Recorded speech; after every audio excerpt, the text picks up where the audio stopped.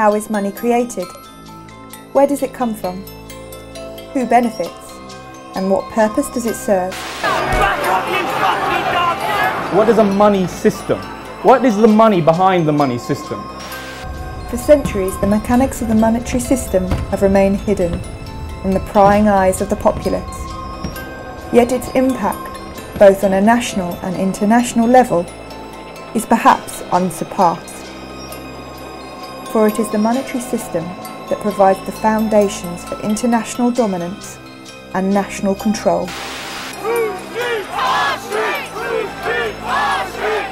Today, as these very foundations are being shaken by crises, the need for open and honest dialogue on the future of the monetary system has never been greater. This economic crisis is like a cancer. If you just wait and wait thinking this is going to go away, just like a cancer, it's going to grow and it's going to be too late. What I would say to everybody is get prepared. This is not a time right now to wishful thinking the government is going to sort things out. The governments don't rule the world. Goldman Sachs rules the world. We're on the verge of a perfect storm. In opposition lie corrupt and entrenched interests that lurk in the corridors of power, for whom there are no reasons to relinquish privileges they feel are justly deserved. Has he got a reform plan for the NHS? No. Has he got a police reform plan? Has he got a plan to cut the deficit? Order! Miss Order! Order! Do you trust the government? Order! Try to calm down and behave like an adult, and if you can't, if it's beyond you, leave the chamber, get out, we'll manage without you. This is the bank being put out of its feeding station. There's no coincidence that boom and bust started to become a real cyclical issue around about the 1700s when William Paterson founded the Bank of England. Eat her, now! This is intolerable behaviour as far as the public... No, it's not funny. Only in your mind is it funny. It's not funny at all. It's disgraceful.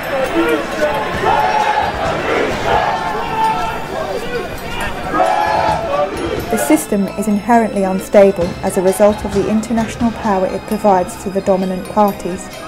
For at the heart of it lies the idea of, how can I get something for nothing? Statistical analysis has found that every time an empire begins to near its own demise, you'll find that its currency will be debased. There is no guide to how this whole system operates. To give you an example, a researcher at the BBC working on a Robert Peston documentary went to the Bank of England and said, can you give me a guide to how money is created? And they just said no. This documentary will investigate and explain this ever-changing system and the impact it has both on a national and international level.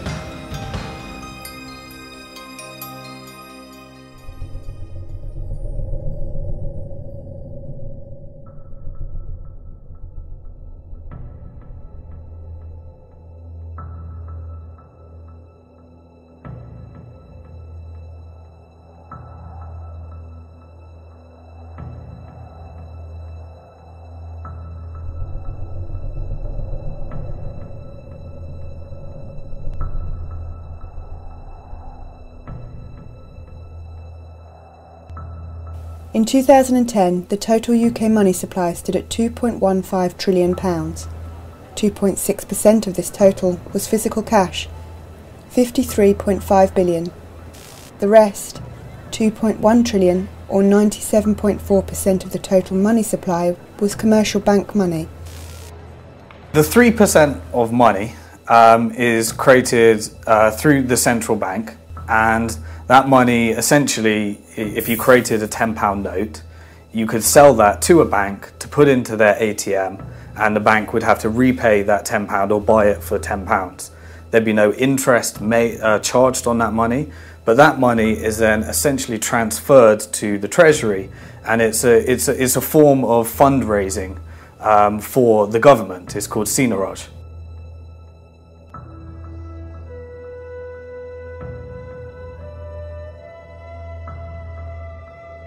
When the Bank of England creates a £10 note, it costed about 3 or 4 pence to actually print that note, and it sells it to the high street banks at face value, so at £10. And the profit, the difference between printing the note and actually selling it for £10, goes directly to the Treasury. So in effect, all the profit that we get on creating physical money, banknotes, goes to the Treasury, and it reduces how much taxes we have to pay. Over the last 10 years, that's raised about £18 billion. In 1948, notes and coins constituted 17% of the total money supply. This was one contributing factor in the government's ability to finance post-war reconstruction. This included the establishment of the NHS. In only 60 years, notes and coins have shrunk to less than 3%.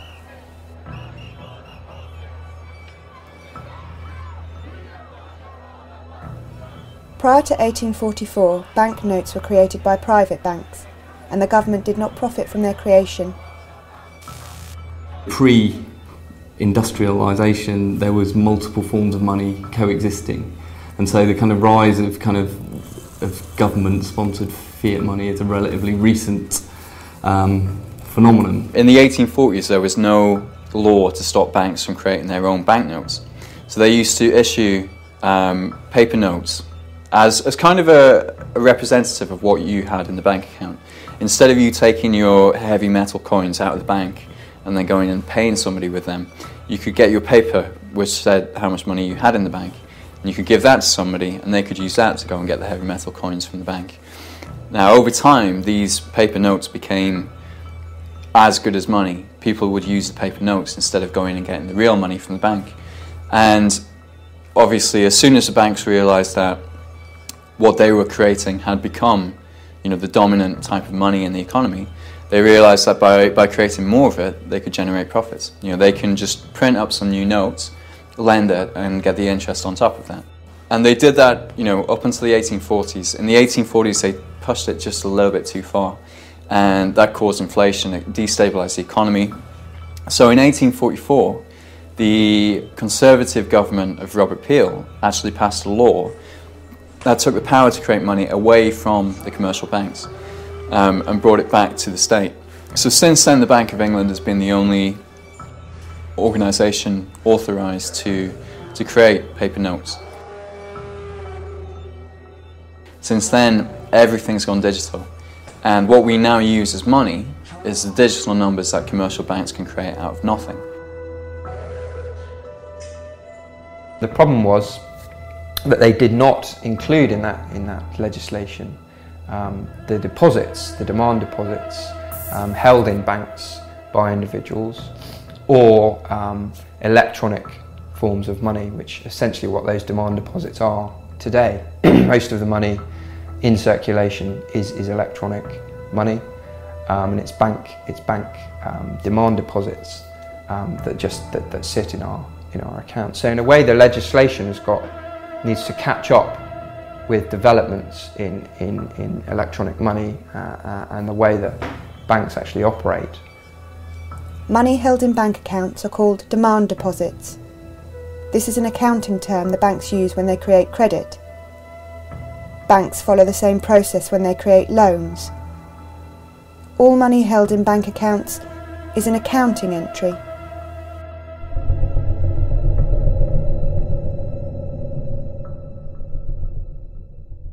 The reality is now that most money is not paper and it's not metal coins, it's digital. It's just numbers in a computer system, it's your Visa debit card, it's your electronic, ATM card. It's plastic, it's numbers in a computer system. You move money from one computer system to another, it's all a big database.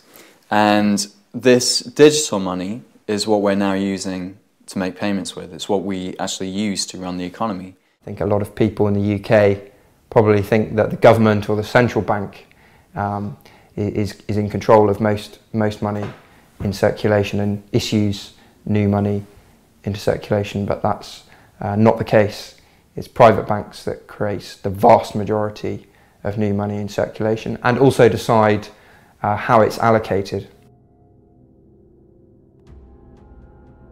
The official terminology for this accounting entry is commercial bank money. When banks issue loans to the public, they create new commercial bank money. When a customer repays a loan, commercial bank money is destroyed. The banks keep the interest as profit. There's a lot of misconceptions about the way banks work. There was a poll done by the Cobden Centre where they asked people how they thought banks actually operated. Around 30% of the public think that when you put your money into the bank, it just stays there and it's safe. And you can understand why, because every child has a piggy bank where you keep putting money in, and then when it's a rainy day you smash it and you take that money out and you spend it. So a lot of people keep this idea of banking, it's somewhere safe to keep your money so that it's there for whenever you need it. The other 60% of people assume that when you put your money in, that money is then being moved across to somebody who wants to borrow it. So you have a pensioner who keeps saving money her entire life, and then her life savings have been lent to some young people who want to buy a house. But actually banks don't work like that.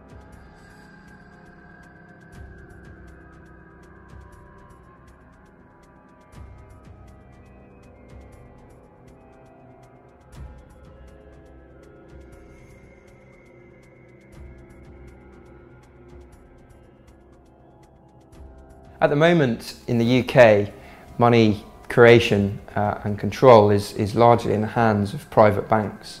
About 97 to 98% of money that's created is created as bank debt money, you could call it, when banks issue money into circulation as loans, essentially. This is a very poorly understood fact. It's not a conspiracy theory, it's not a crackpot theory, it's the way the Bank of England describes the process. When banks make loans, they create new money.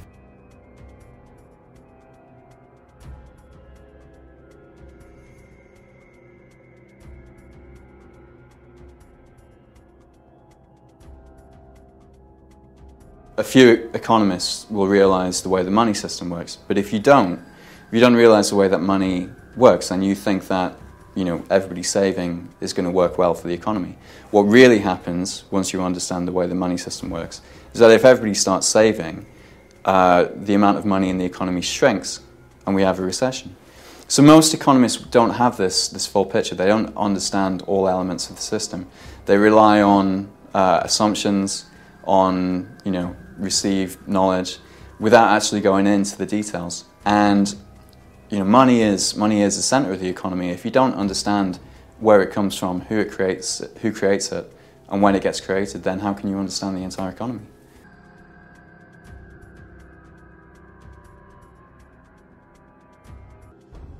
When the vast majority of money that we use now is not cash, but it's electronic money, then whoever's creating the electronic money is getting the proceeds of creating that money. And obviously creating electronic money is much more profitable than creating cash, because you don't have any production costs at all.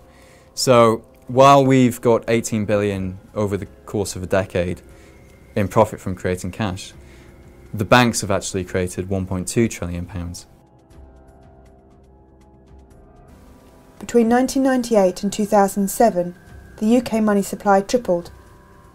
£1.2 trillion was created by banks, whilst £18 billion was created by the Treasury. A lot of people think when I say this, or when you say this, or when Positive Money say this, that we're all just a bunch of nutters.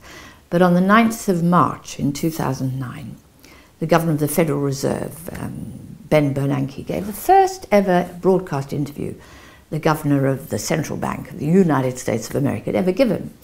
And the day before that, he'd bailed out AIG, which is an insurance company, not even a bank actually, to the tune of about $160 billion. So the journalist says to him, "Now, Mr. Bernanke, where did you get $160 billion to bail out AIG?" Is that tax money that the Fed is spending? It's not tax money. The banks have accounts with the Fed, much the same way that you have an account in a commercial bank.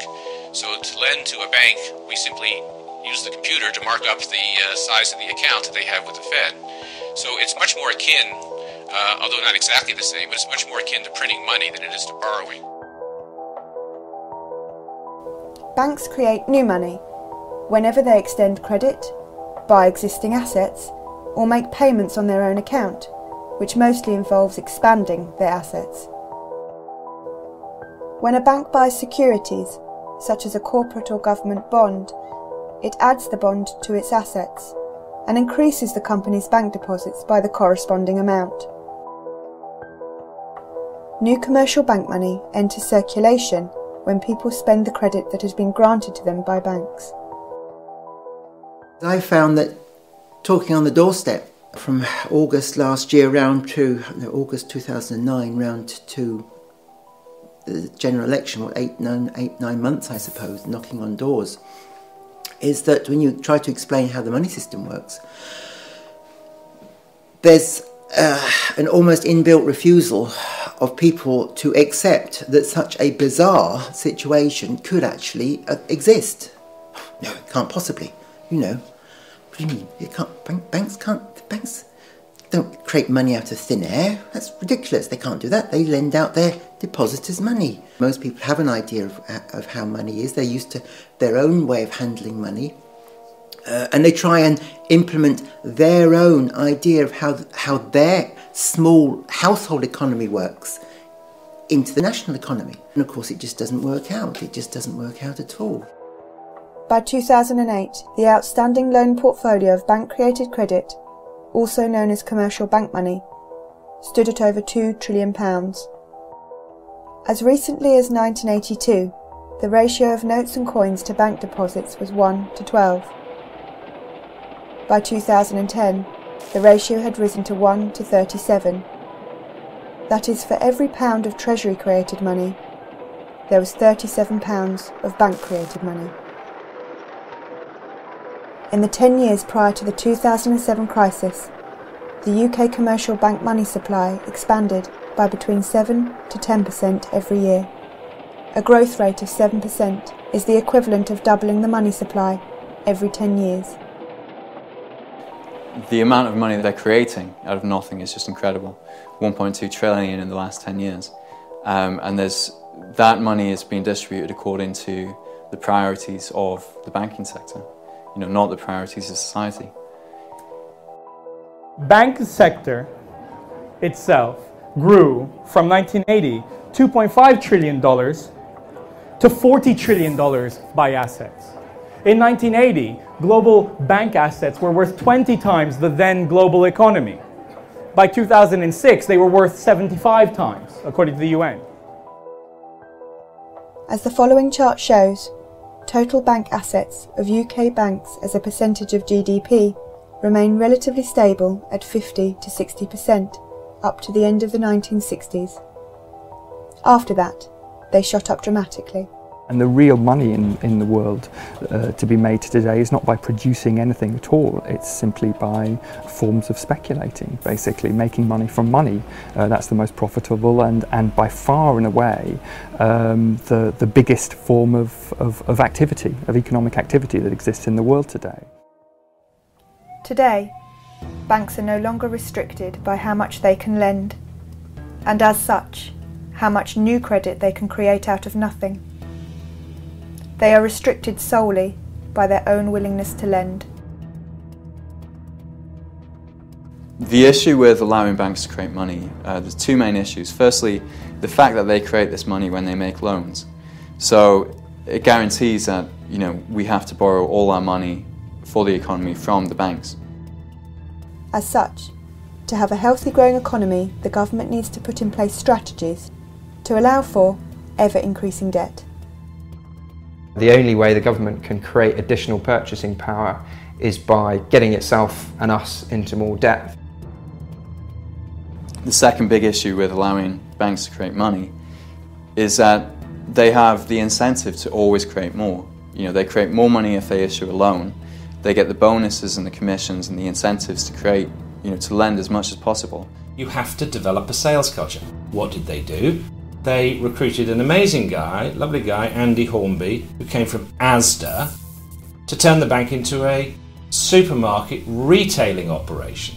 If you trust bankers to control the money supply will just grow and grow and grow, as will the level of debt. until the point where it crashes, when some people can't repay the debt, and then they'll stop lending.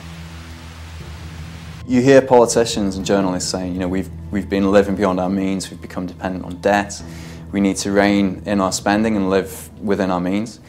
It's not possible in the current system. The reason why everybody's in debt now is not because they've been recklessly borrowing.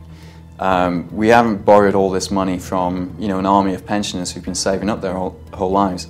Money in the current system is debt. It's created when banks make loans. So the only way in the current system that we can have any money in the economy, the only way we can have money for business to trade, is if we've borrowed it all from the banks. And it's the very opposite of what the Tory party is arguing today, which is that you have to create savings before you can help the National Health Service.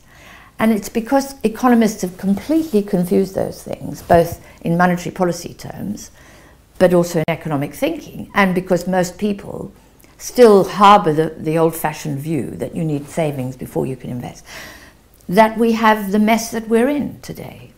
Now, one of the reasons why we find it difficult to understand the banking system and credit creation is that we leave school without any money, and we go and get a job working as an apprentice to a plumber. We work really hard all month, and at the end of the month, somebody puts money in our bank.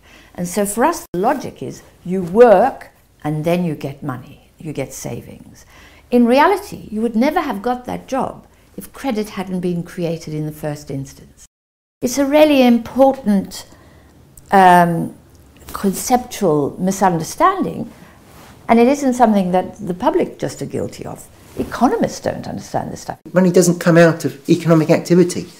A lot of people I've come across as kind of assume that if you've got businesses and you've got people doing things, that somehow money somehow emerges out of the process of people doing things, making things and growing things and selling things and producing things, that somehow money just emerges.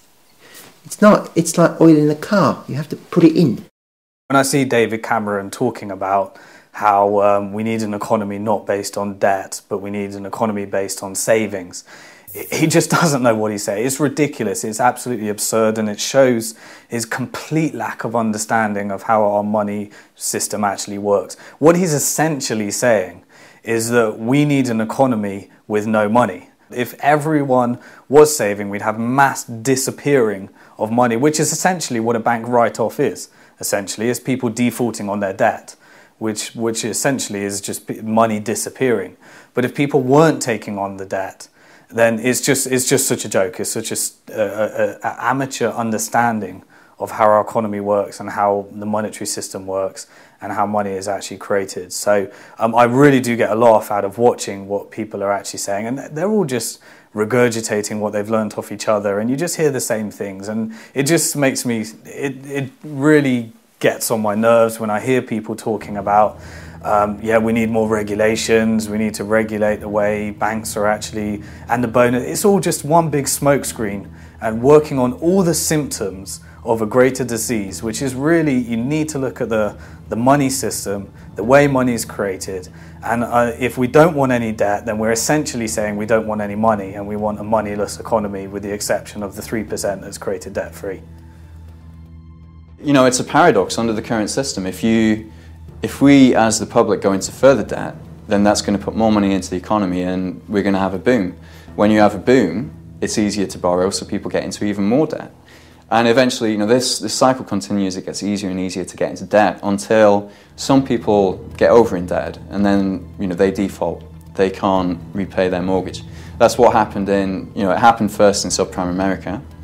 And then, that just brings to a wave of defaults which will ripple across the entire economy. The banks go insolvent, then we're into a financial crisis, and then the banks stop lending. And they were excessively lending in the boom, and then they stop lending, and then that makes the recession even worse. People lose their jobs, and then they become even more dependent on debt just to survive, basically. We have a system where we have to borrow in order to have an economy. We have to be in debt to the banks. And that guarantees, a massive profit for the banks. This is the boom-bust cycle. And I have said before, Mr. Deputy Speaker, no return to boom and bust.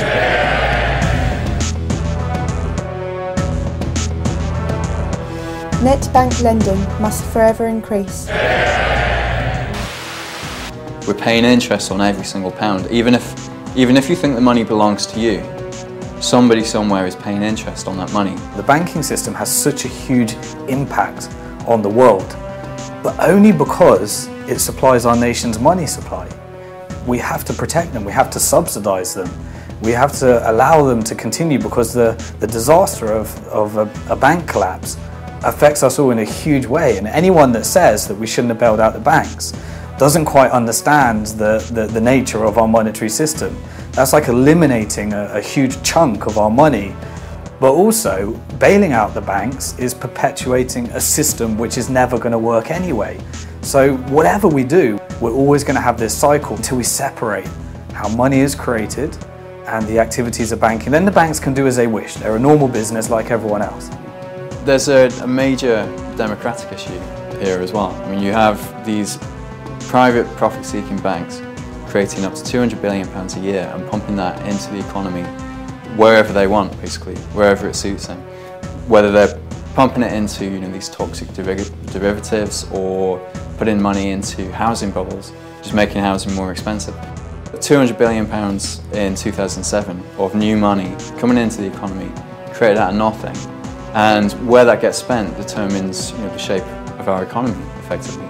So if we're going to allow anybody to create new money out of nothing, then we should at least have some democratic control over how that money is used. I mean, would we rather have had that money used for healthcare, to deal with some of the environmental issues, to reduce poverty, or would we rather have it to make houses more expensive so that none of us can afford to live in a house? You can see it as a subsidy, a special super subsidy to the banks for the right to create money, which should be for the benefit of the public and spent through a democratic process.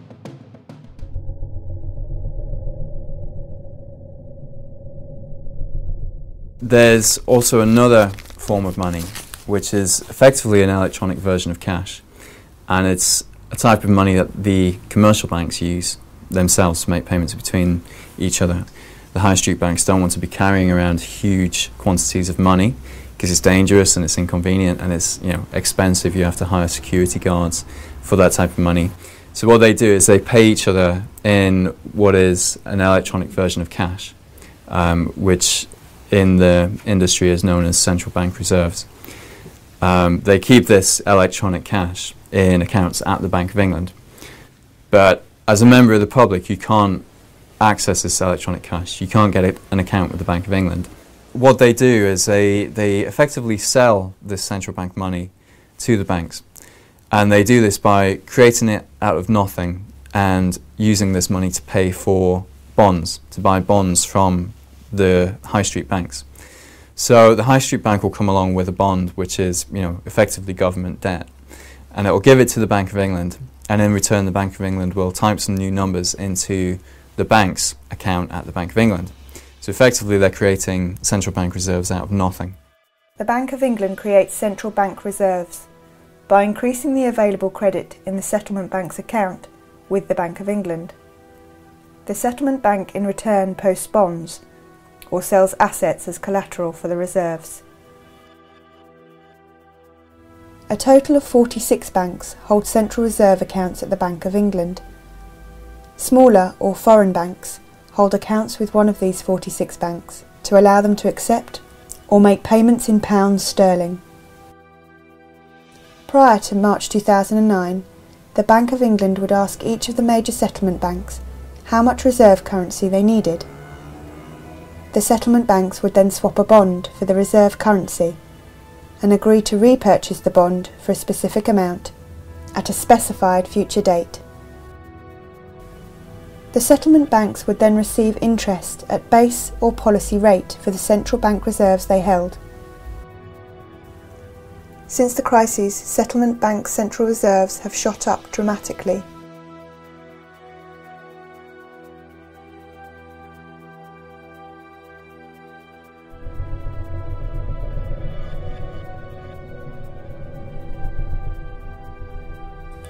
When bank customers transfer funds from their account to another person's account, a process called intraday clearing occurs. The amount of central reserve currency Bank A has at the Bank of England is reduced by the corresponding amount that Bank B receives. This is the importance of central reserve currency to banks. Before the credit crisis, if a bank was short of central reserves at the Bank of England to meet its obligations, then the bank would have to loan reserves from other banks with interest.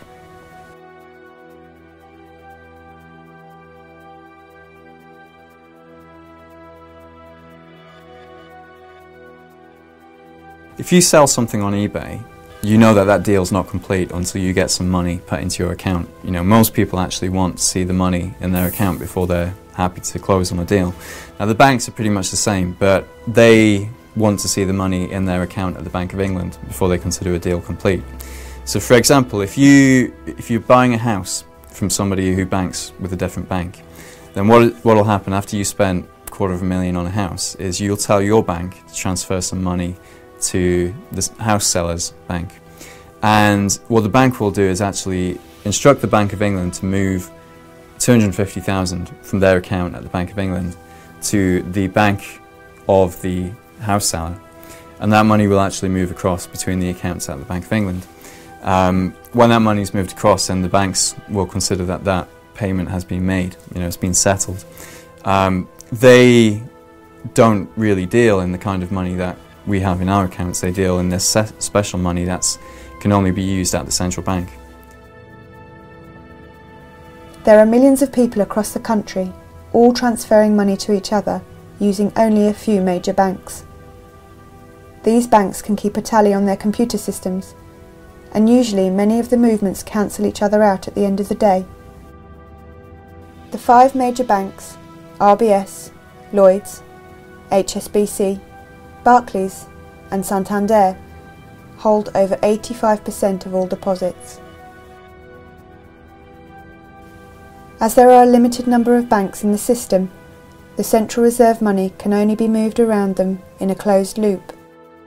The money is just circulating through the system over and over again, and if you think about it, a £1 coin could be used to make £1 billion of payments if it was circulated 1 billion times. And that's effectively the system that you have now, is you have a small pool of real money that's just going round and round the system, and it's being used to make a huge quantity of payments on our behalf. Just before the crisis, there was only £20 billion in the accounts at the central bank. September 2007, thousands of Northern Rock customers queue up to withdraw their cash. The company had been forced to seek emergency funding. It's the first run on a British bank in 140 years.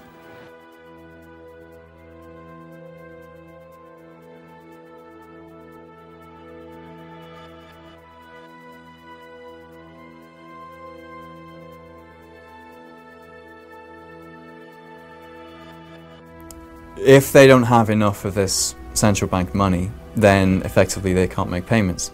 And if that happens, then pretty quickly the entire system seizes up.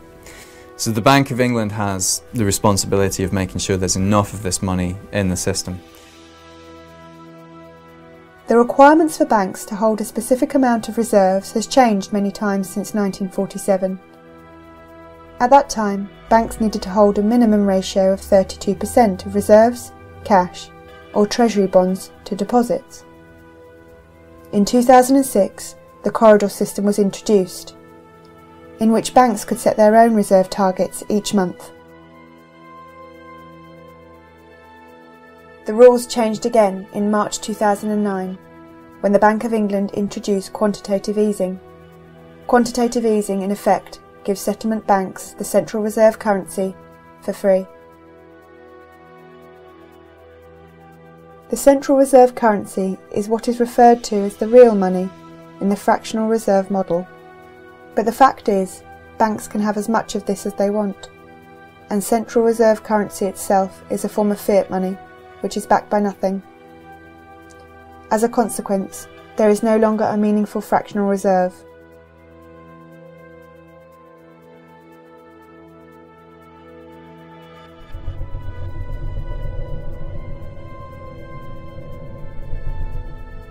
If you look over the history, the last 150 years or so, you start off with the development of a gold standard that really comes to the fore in the 1880s, 1890s, where essentially countries peg themselves to a particular defined value of gold, and then they have an agreement to fix that value, to hold that value, and to trade gold amongst themselves to make sure the balances are all there, and also to try and restrict or expand or contract activity in their own economies to make sure that the balance, that particular fixed price is maintained. That disintegrates after the First World War. I mean, this is where the whole thing breaks apart. Very major dislocation in the international monetary system at that point, not really resolved until you get Bretton Woods agreements at the end of the Second World War, in which everything is pegged to the dollar and the dollar is pegged to the gold. So you're kind of one remove from gold backing or saying that there is a definite, sort of solid commodity money behind the paper money and the credit money that we're all using over here. You're kind of one remove from it. After Hiroshima, Tokyo wondered when the next atom bomb would fall. They did not wonder long.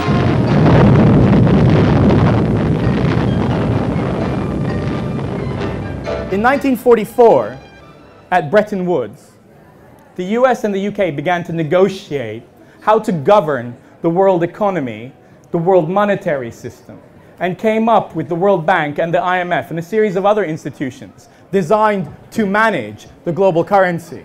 And there was still a gold standard, but this gold standard was going to be tied to the dollar.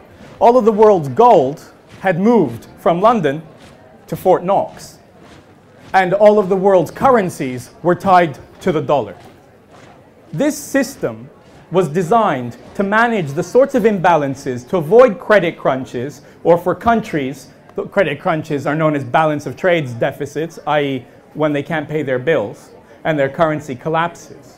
The currencies were managed and the system was stable as long as the Americans played the role of oversight.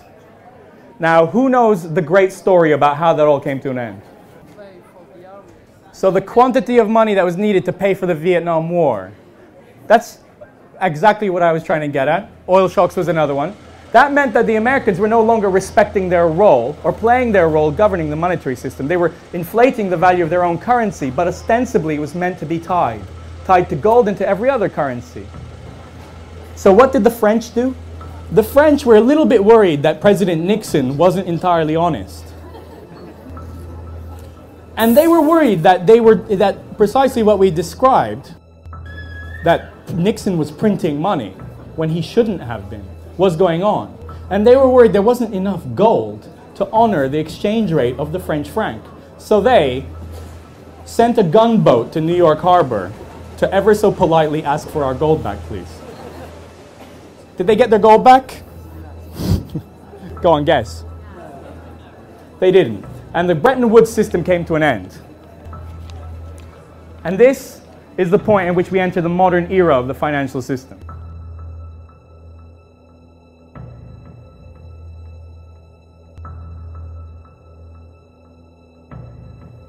Historically, money creation was pegged to a commodity, often gold, but today it is pegged to nothing. Which means there is nothing backing our money.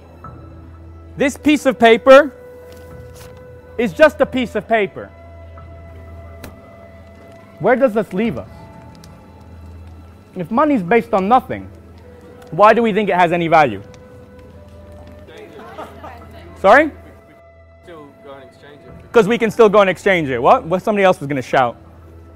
Great little Latin fact. The word for credit comes from belief. Correct.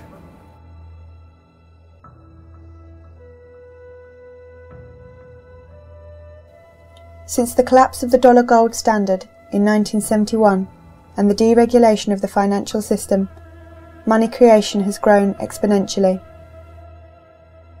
The World Economic Forum meeting in Davos at the present time have called on a need for the credit within the economy, the global economy, to be expanded by $100 trillion, 100 trillion US dollars, a trillion is 12 noughts, so 100 trillion, if you want to imagine, is a 1 followed by 14 noughts. They believe this credit expansion will create a boom, because there is now more money in the economy with which to make investments. It's fascinating the emergence of digital currencies, how it's transformed everything really, because it just completely unleashed private banks to dominate and create the money system that works for them and works for the people who run private banks. If we want a growing economy, under the current setup, we have to have growing debt. You can't, this is something that very, very few people really understand, especially not the politicians who are managing the economy, which is a scary thought.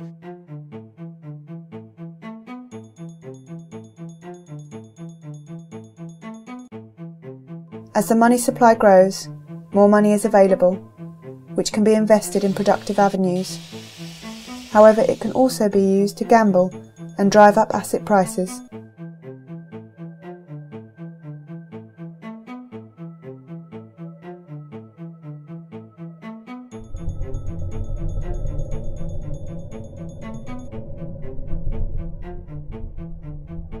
Inflation is a rise in the general level of prices of goods and services in an economy over a period of time. When the general price level rises, each unit of currency buys fewer goods and services.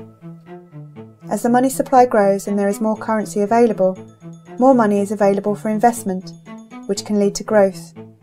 But more money is also available for purchases of goods and speculation, which leads to inflation. Essentially, inflation is what happens when too much money is chasing too few goods and services. So there's too much money for the actual output of the economy. However, in practice, inflation is much more skewed and complicated. Measuring inflation is not a science, and the way it is recorded poses a dilemma. The Consumer Price Index, or CPI, is measured from a sample of goods and services. Each category of goods and services is given a weighing data, which determines the overall impact of the price data for a specific category.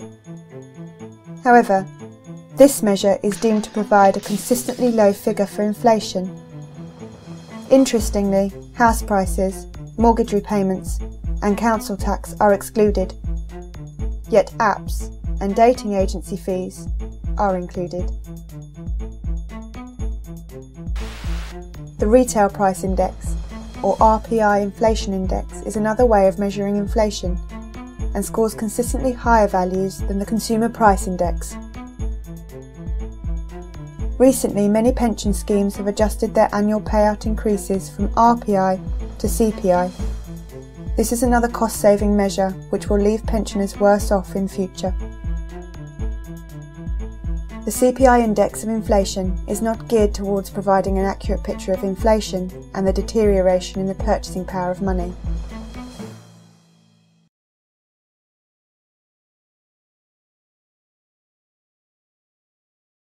In the 7 years between 2000 and 2007, the money supply doubled, and the banks, the central bank, the Bank of England in this time, was under the impression that they had it under control because they were saying, prices aren't going up that much. Of course, they were only looking at prices in your local corner shop. They weren't looking at the price of housing, and housing is, the biggest expenditure that most people will make.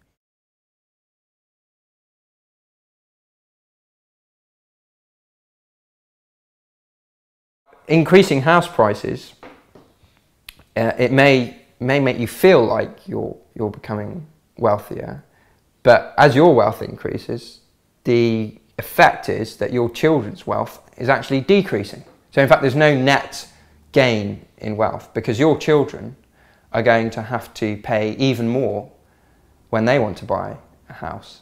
So in effect, there's no kind of net increase. They're going to have to earn even more. They're going to have to go into even more debt. So the rising house prices do not create additional net GDP value to the economy.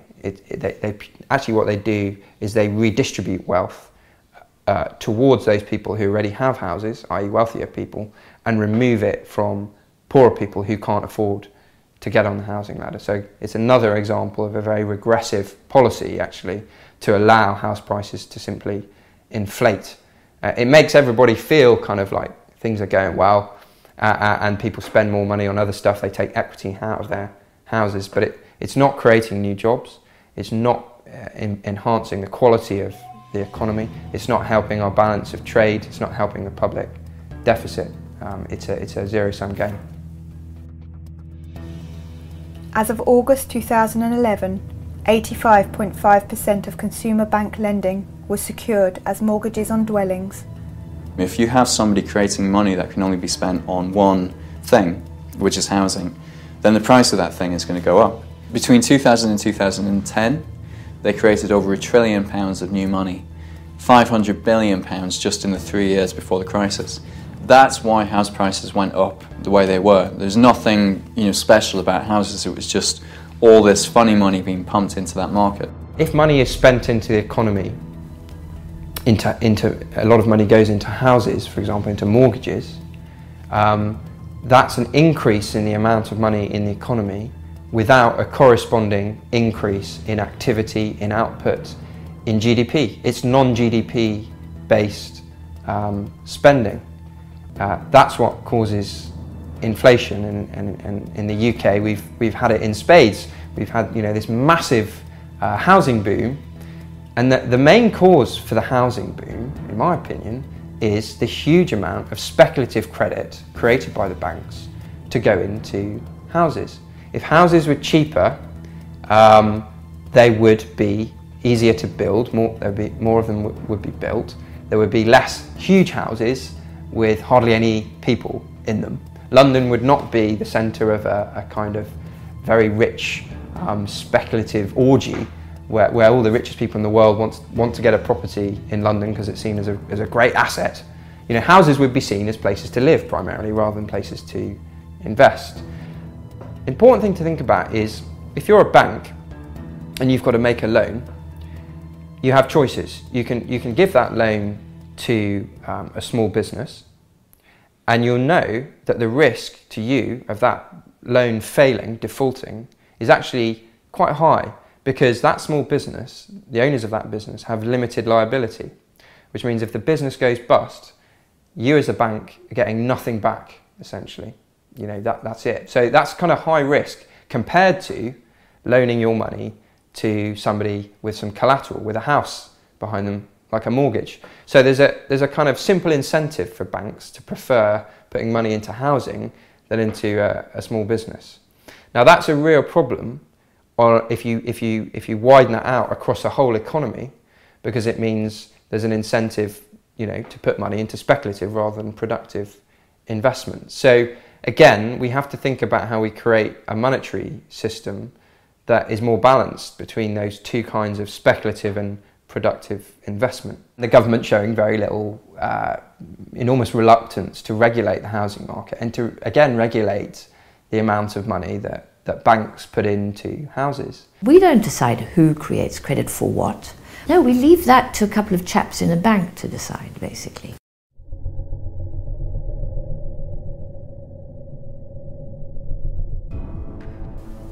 A bubble occurs when there is very high inflation in the price of a specific good or service over a short period of time.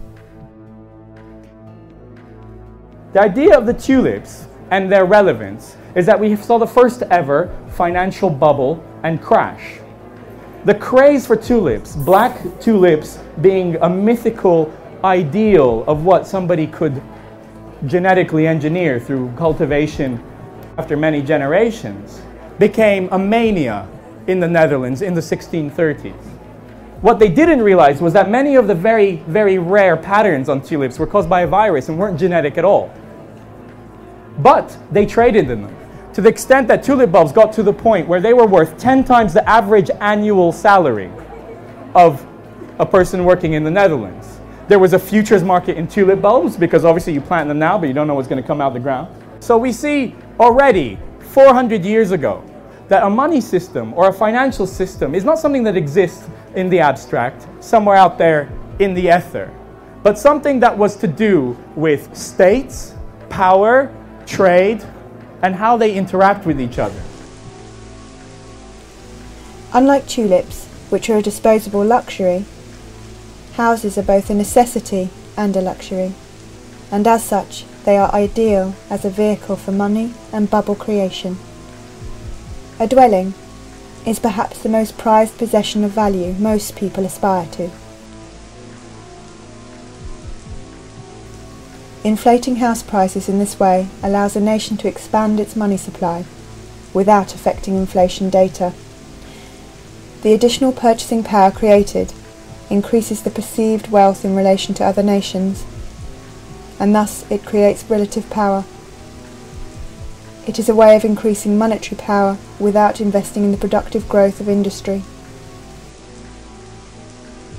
But certainly if you look at Britain and America as outstanding examples of this, these are countries with very high rates of private home ownership, so you've got a good base to try and perform this sort of policy off the back of. I think it was quite deliberate in the case of the US, almost explicit. It was Alan Greenspan, as head of the Federal Reserve, when confronted by a stock market crash at the end of the 1990s, quite deliberately slashed interest rates to almost zero. Everyone can borrow very, very cheaply. In particular, it's very easy to borrow against a house because this is an asset and it's potentially something that a bank can say, well, okay, we're not just lending you money unsecured, you actually do have a house, and that's great because we can repossess it. They won't tell you this when you take the mortgage, but they can do this. And that bubble is then what fuels expansion, such as it is inside the US and inside the UK, where something similar takes place for the next decade or so. I think it's also a reflection of an underlying weakness of these governments, that they simply lack the will and possibly the ability, but I think it more comes down to a will to challenge financial markets, to challenge big capital and say, we're going to do something different now, and you're going to have to go along with it, because we've been democratically elected and you lot frankly haven't, and we have a mandate to do this and we're going to make this happen. Just remember, it's all part of the plan. What are you yapping about? You voted for it.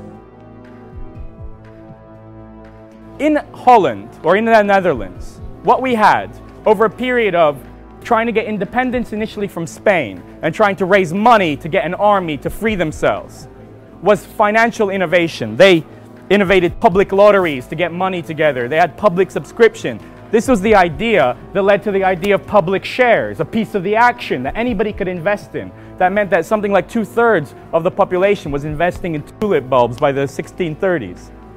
After independence, these instruments were applied to financing expansion. Why was such a small country able to hold its own against so much bigger countries, for example, Spain and Portugal, that had the benefits of their empires for over a century in respect of the Netherlands? Why could they compete? On what resource basis? Well, they had a more efficient, a more involved, and a broader-based financial system with these instruments that they'd innovated that allowed them to bring more money to bear at one point than anybody else more quickly. Incredible, but true.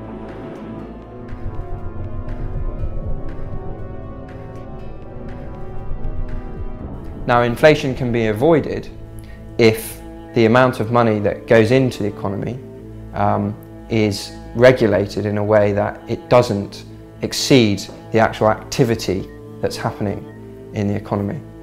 Now, the best way to do that, in my opinion, is to make sure that money is issued into the economy only for productive investment, for productive goods and services. So money goes in to help a small business start up, which creates jobs, which creates additional purchasing power, which means there's no inflation.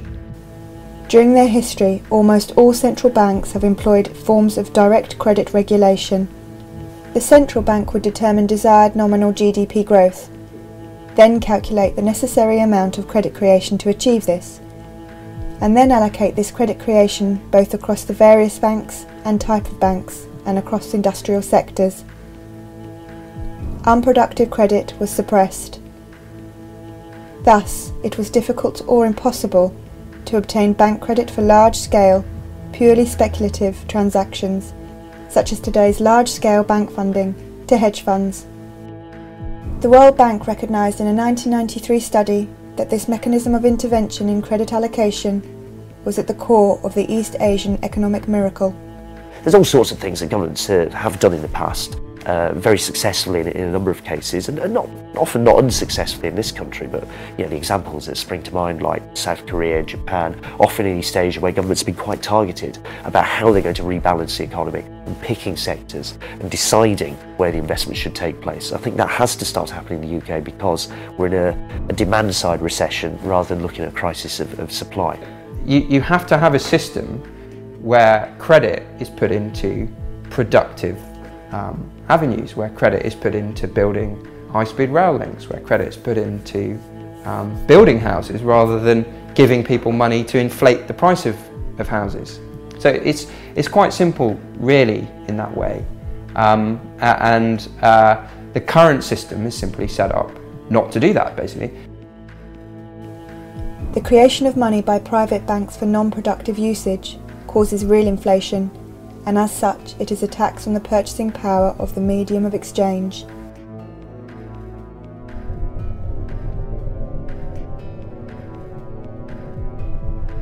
The figures for the UK are quite stark, actually, that average, median, real incomes so that's, you know, what the bit in the middle, for most people declined over the last 8 years or so. They're now in quite sharp decline as we go into the recession. I mean, the sharpest really since about the 1930s, put it that way. So real incomes are declining. Bank-created fiat currency allows the private banks to suck wealth from the economy, and over time results in a gradual decrease in the standard of living. As people become poorer, they become even more dependent on debt. And this at a time when efficiency and machination have improved dramatically.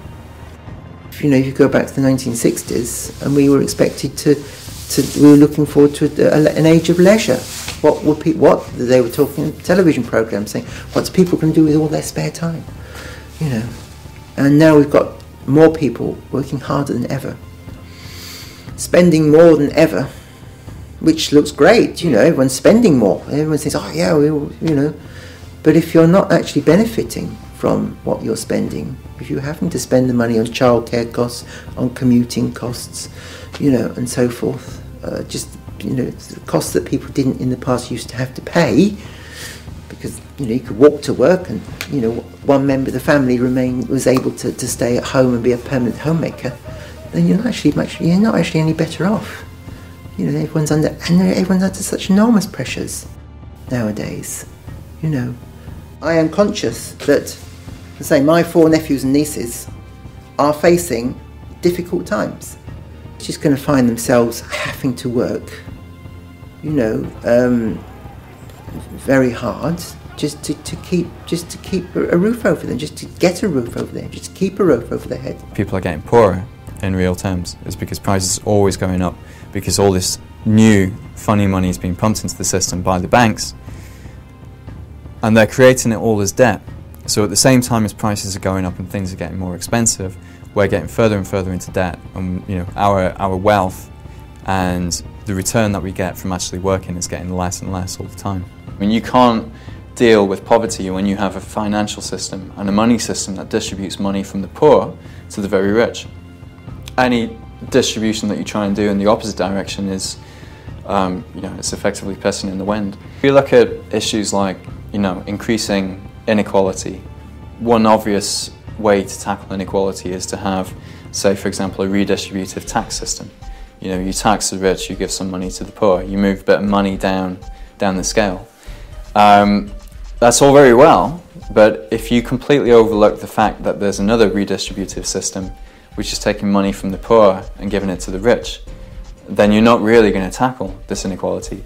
And the way a debt-based money system works, it guarantees that for every pound of money there's going to be a pound of debt.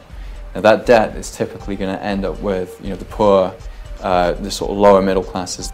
Those people end up with the debt and they end up paying interest on that money, which then goes back to the banking sector and gets distributed to the people working in the city or in Wall Street.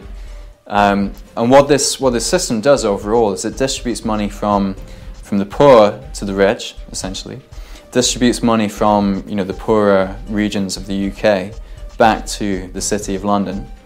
And it also distributes money from all the small businesses, all the little factories around the UK, and distributes that money back into the financial sector.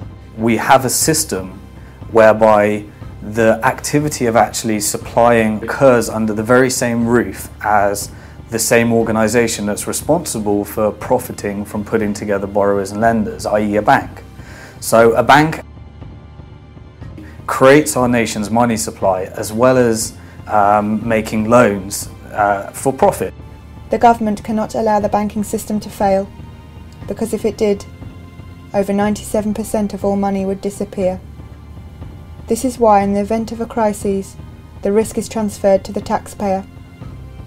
But even during normal times, banks receive numerous guarantees and benefits beyond the right to create money.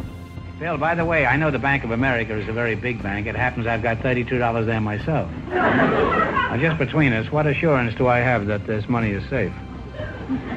Well, all deposits up to $10,000 are assured or insured by the federal government in Washington. That's my guarantee, huh? Yes.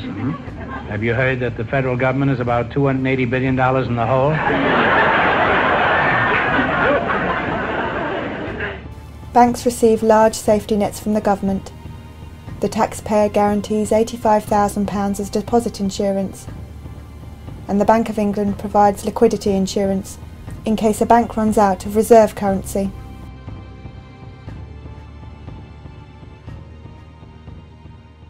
Someone wrote that a big investment bank is like a giant vampire squid, wrapped around the face of humanity, hypnotizing politicians who throw money at the banks. No strings attached, no matter what damage is done. Trashing the planet, forcing cuts to things that make life better. Goodbye schools, goodbye playgrounds, goodbye jobs. The bankers that we bailed out then gave themselves bonuses that were bigger than the first wave of public spending cuts. Britain alone gave the banks more money than it cost to put a man on the moon, 6 times over. Where did our money go? Who let the banks get away with it? Why? Can vampire squids ever be useful? No government yet is brave enough to tame them. Perhaps they need a plan.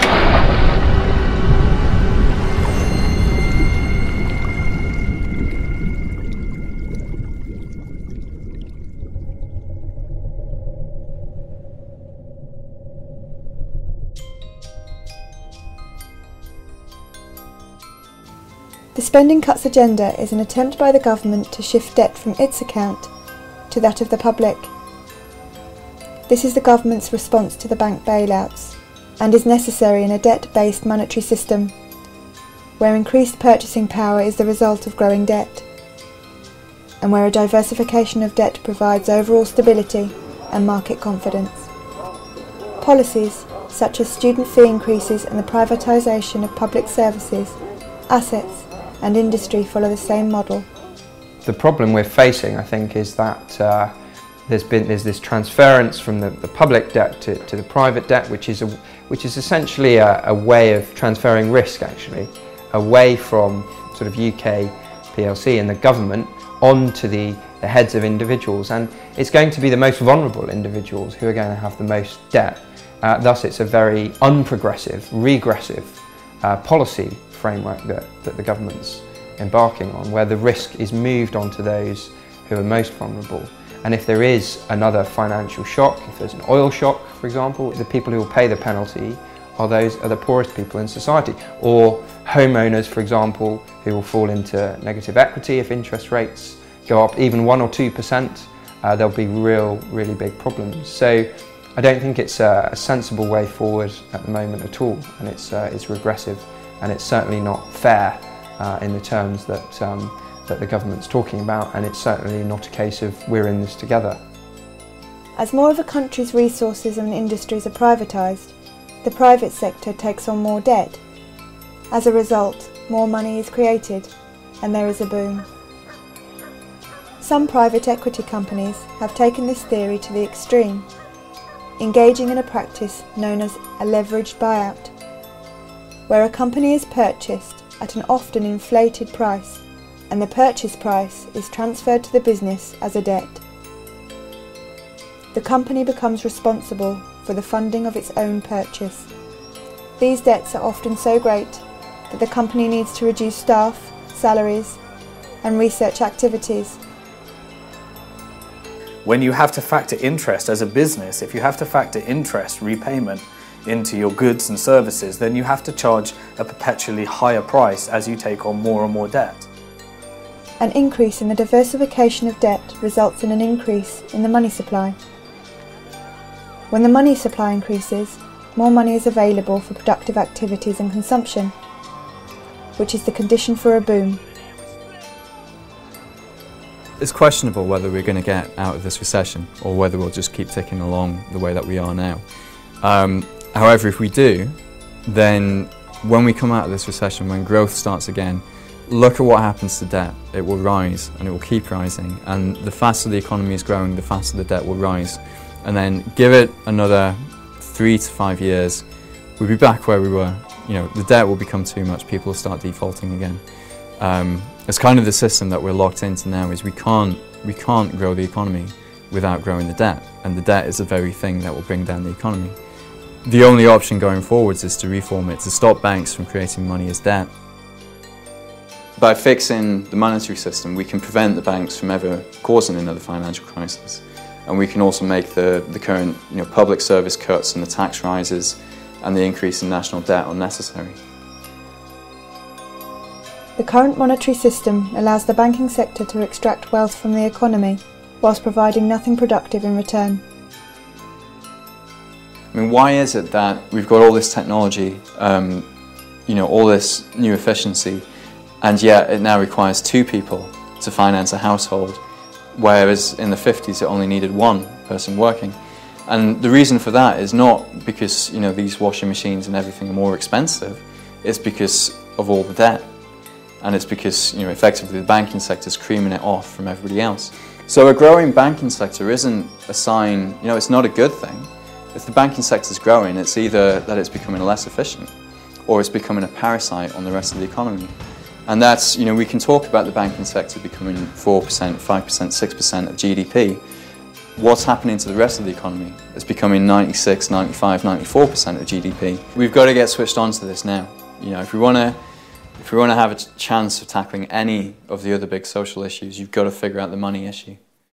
The poorest in the world pay for crises, even when they've not benefited from the often reckless and speculative booms, like the housing boom in Ireland that preceded that crisis. Over the last 30 years we've seen income differentials increase, so that the rich have got much, much richer. And ordinary people haven't. They've stayed the same, or they've got poorer. And one of the ways that the economy was kept going was by providing cheap credit, was by providing debt to those very people who couldn't really afford things anymore. So they kept buying. And when it collapses, it's those same people that have to pay once again, even though in many ways they were the victims the first time round. As a result of the crises, the Bank of England has bought corporate debt and repackaged it at lower rates of interest. Yet the average person is being asked to pay more than ever to borrow on overdrafts and credit cards. Debts between the very wealthy or between governments can always be renegotiated, and always have been throughout world history. They're not anything set in stone. It's generally speaking, when you have debts owed by the poor to the rich, that suddenly debts become a sacred obligation, more important than anything else. The idea of renegotiating them becomes unthinkable. Can you pin down exactly what would keep investors happy, make them feel more confident?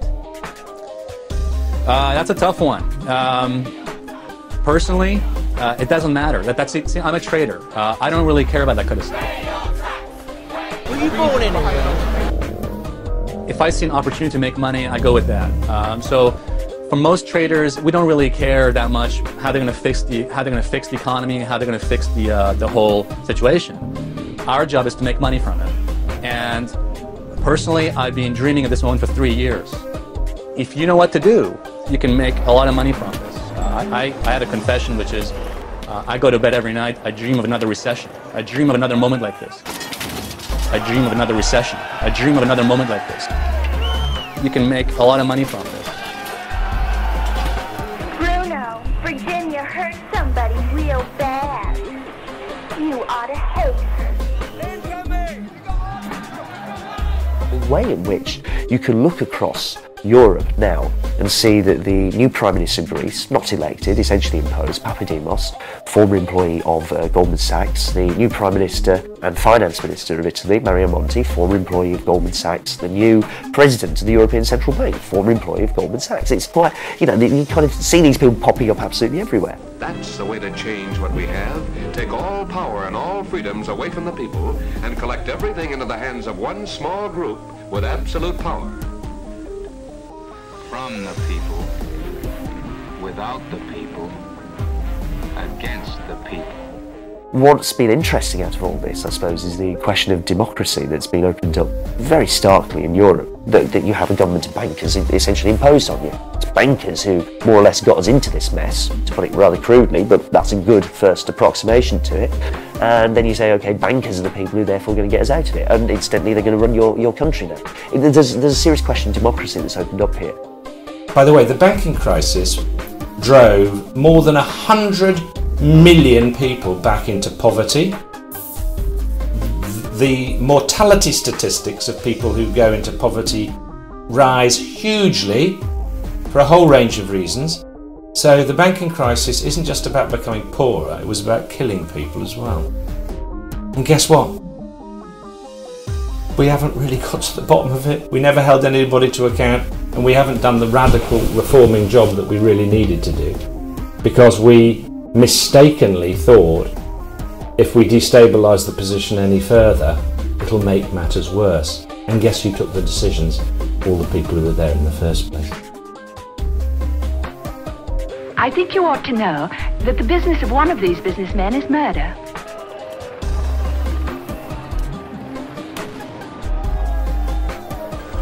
Their weapons are modern, their thinking 2,000 years out of date.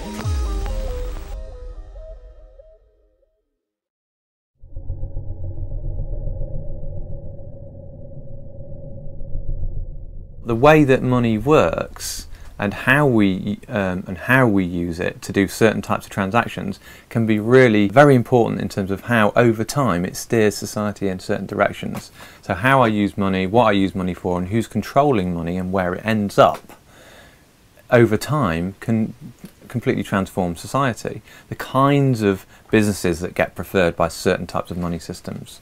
So at the moment we have a money system that prefers larger businesses that can take a lot of their wealth offshore because that's more efficient for them to do that.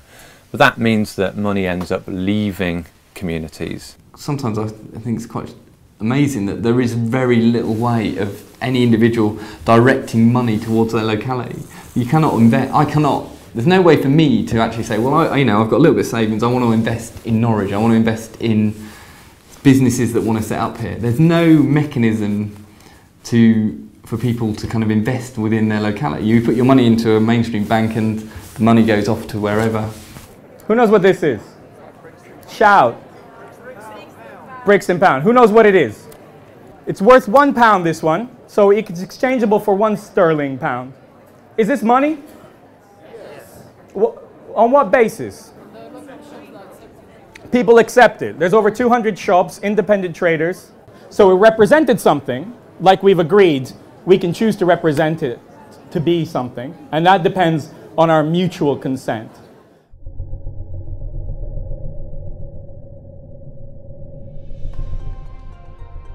The Bristol Pound project has been fascinating because I first started reading about money and realised I didn't understand it very well when I started trying to set up a Bristol Pound. So it's been a bit of a journey for me, and I think everybody else who's been doing it. We can actually build our own currency systems which work to improve the relationships between people within communities, where the people work and share a lot of the economic benefits from the wealth they're creating.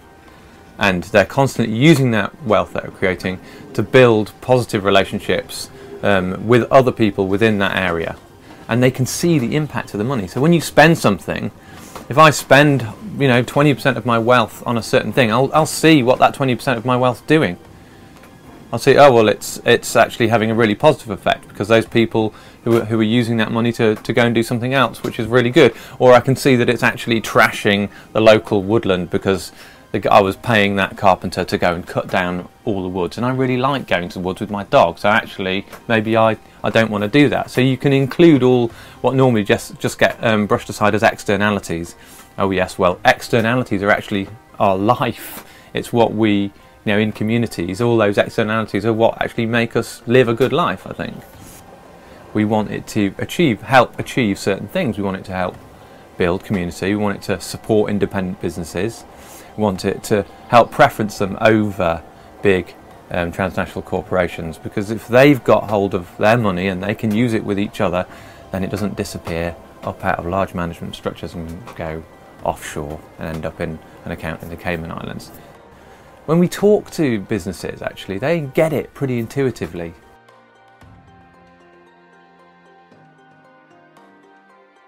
The Bank of England, of course, may decide this is a threat to the stability of sterling. At the moment, they're reserving their right to take an opinion on it.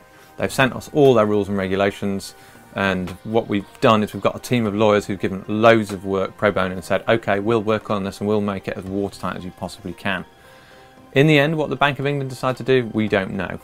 You see a kind of widespread proliferation of alternatives. It's normally during periods of capitalist crisis.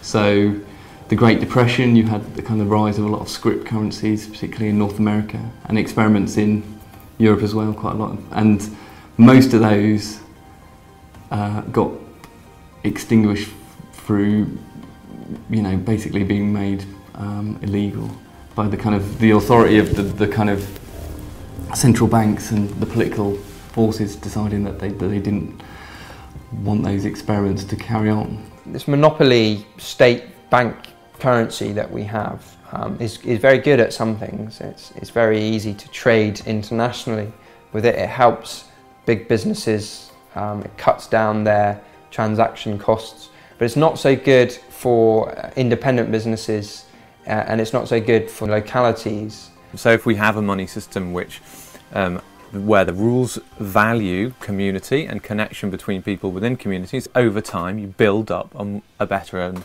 a more wealthy basis for a diverse local economy.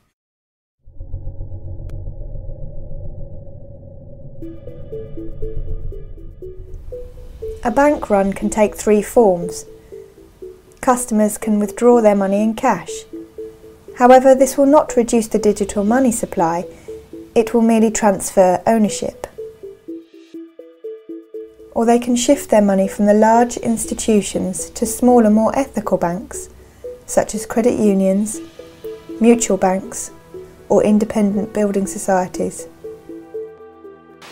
Our next guest has a New Year's resolution, though. She says we'll create a better financial system. And it's this: move your money out of the nation's big banks and into your local community bank. Shifting commercial bank money to these institutions will reduce the monopolistic grip of the big five banks. 于是克里斯汀宣告，11月5日将为转换银行日。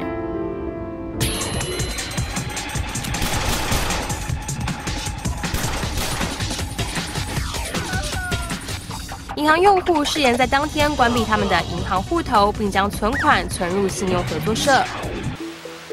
The third type of bank run is the international bank run.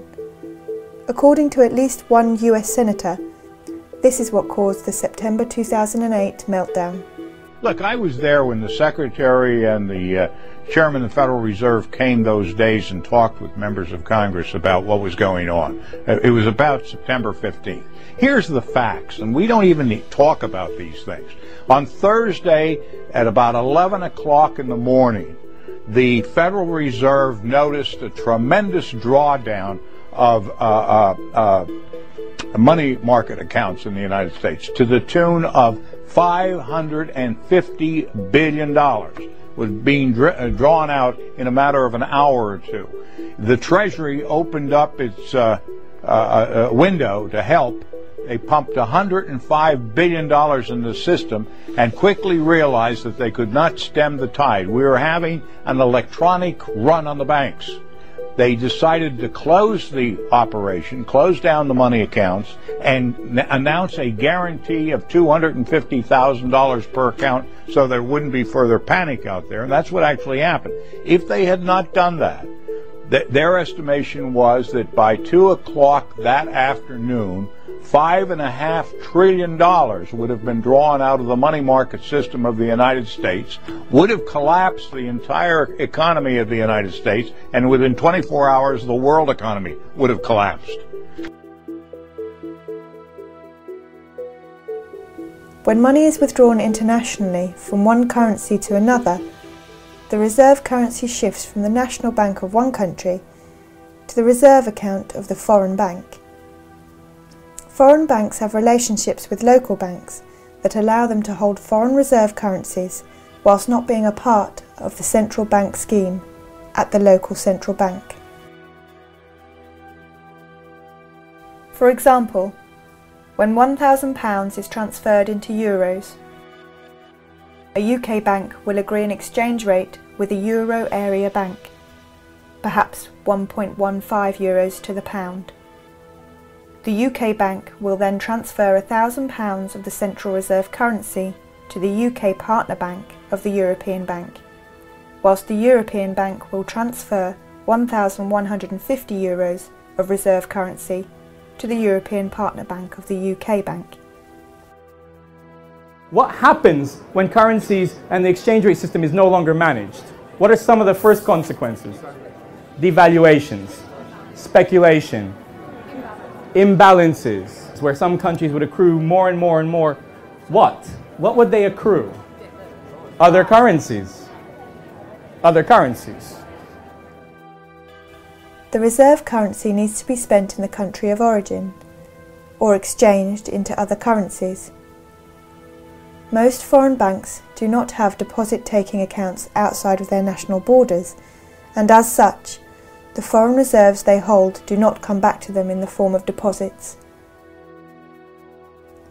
When a country accumulates trade imbalances, it either accumulates foreign reserve currencies, in the case of surplus, or spends its own reserves, in the case of negative trade balances.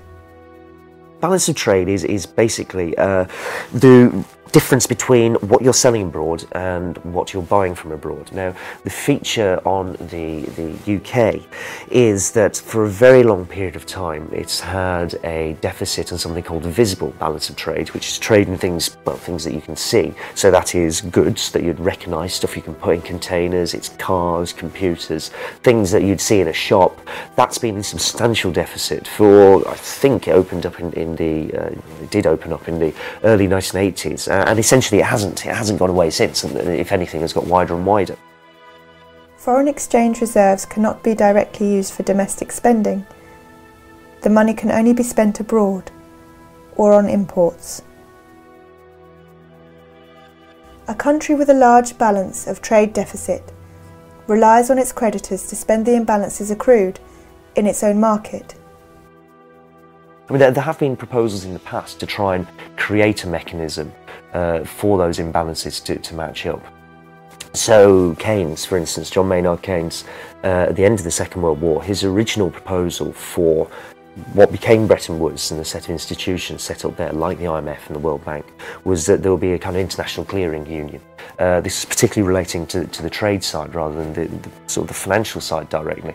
But the principle was that, you know, once trade balances had opened up, everybody would bank through an international clearing bank, and that would kind of force everyone to eventually reconcile the imbalances that appeared in the real economy. But no such mechanism exists. The accumulated net trade imbalance for the UK is around £800 billion.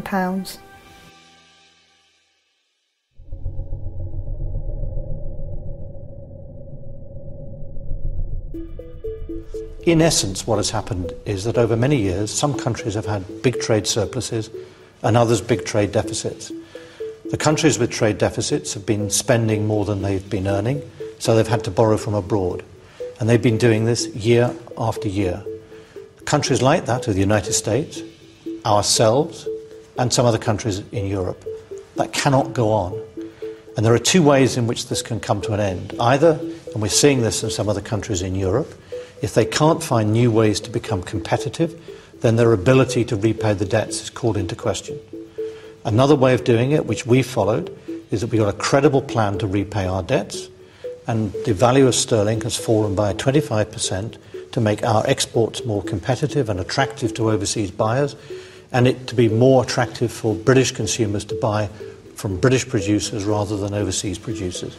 That is what we have done to put in place a framework to rebalance our economy, and I'm sure that's the right way to do it. Currency war, also known as competitive devaluation, is a condition where countries compete against each other to achieve a relatively low exchange rate for their currency. As the price to buy a particular currency falls, so too does the real price of exports from that country. Domestic industry receives a boost in demand both at home and abroad. It's made British exports appear rather cheaper, so they've kind of recovered a little bit, but because the rest of the world is now looking really quite ropey, they've started to fall back down again. So what we're looking at is something that almost a kind of anarchy, and in a way, the increasing anarchy. This is what's happened over the last few years, where the Brazilian finance minister has been most vocal about this, talking about currency wars, talking about the desire of national governments when confronted by a major recession. They think if we could export more, we could dig ourselves out of this recession. If we want to export more, we depreciate our currency.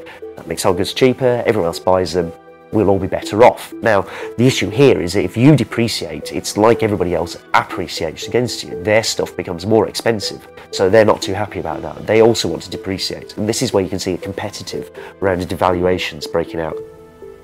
To decrease the value of its national currency, a national central bank sells reserve currency into the market. It creates this currency out of nothing by typing numbers into a computer.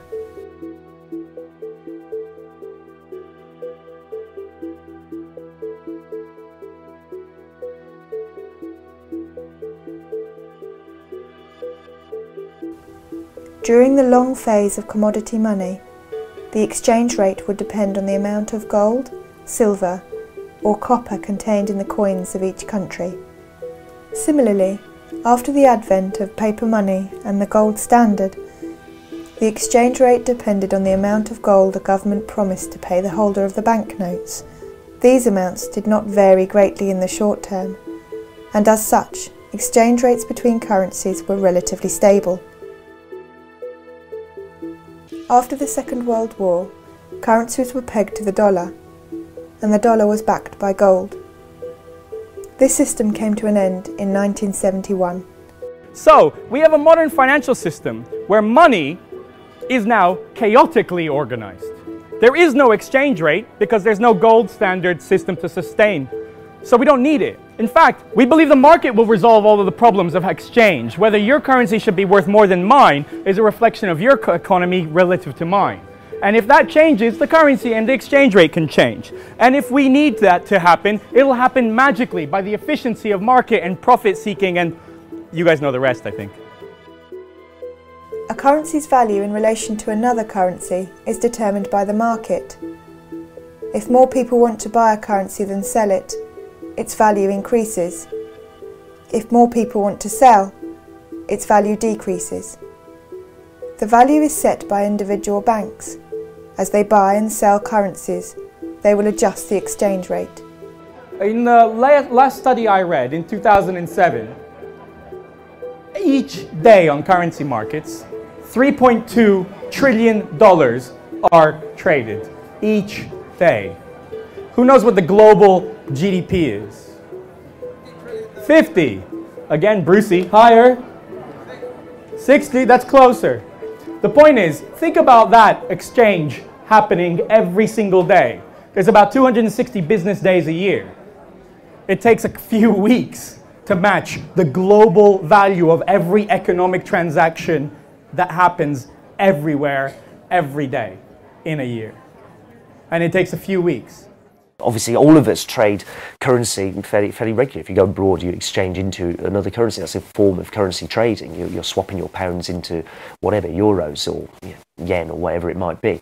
That happens fairly regularly, and that's a conventional part of the trading process. Now, large corporations have to do this on a regular basis. Where it becomes something that people question, and where you get people saying, well, hang on, this is speculation, is when you get people realising that currencies move around next to each other. And if they move around in value next to each other, there's always an opportunity to try and make money out of those changes in value, and therefore you can speculate on it. And that's the more sort of questionable end of the market. That's the bit of the market that things like a financial transactions tax would try and chop away at.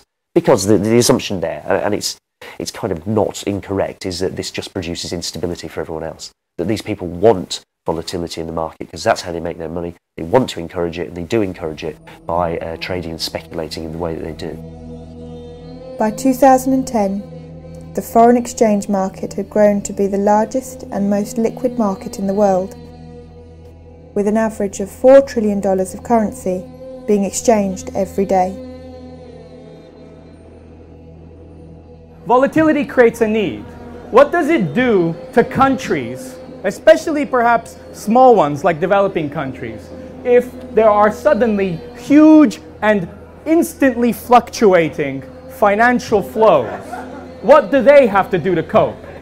Production of the products that they're selling on the Increase their production and sell more, lowering the price,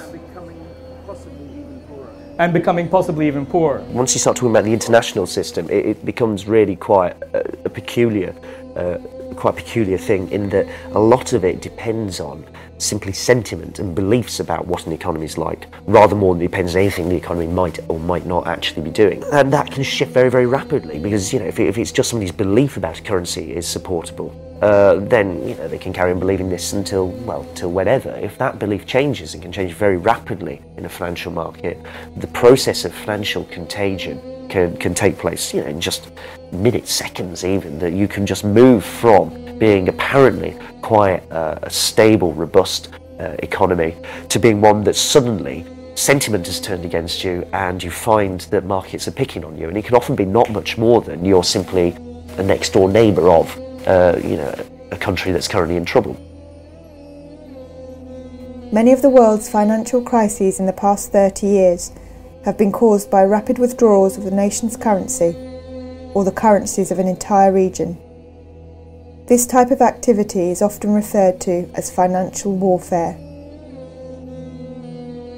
It's benefited major institutions really quite substantially. Goldman Sachs, for example, or any large bank, has done somewhat better out of this set of arrangements than it would have done in a far more regulated environment. It's made people very, very wealthy. It's allowed financial markets to expand absolutely enormously. Anybody involved in that is keen on seeing a deregulated world. In the case of the UK, you have a government which has been quite overtly and deliberately and aggressively arguing against any forms of regulation being imposed on those financial markets. But it's not the case that someone's behind the scenes pulling the strings. It's that this is how the thing works, quite deliberately, quite overtly in front of you. That's the world as it is. It's making some people very rich. They're quite happy with it. I think it is a form of economic warfare. Much of the change in the way that the global economy works over the last 30 years result from this debt, this third world debt, because it's given rich countries and banks and the financial sector enormous amounts of power and control over the poorer bits of the world where a lot of the resources are that we like using. And that's been used in a way that many people have compared to a form of colonialism. I mean, it's a very real, direct form of power that's been used over those countries to force those countries to do what are really in the interests of the richest segments of the world that they do.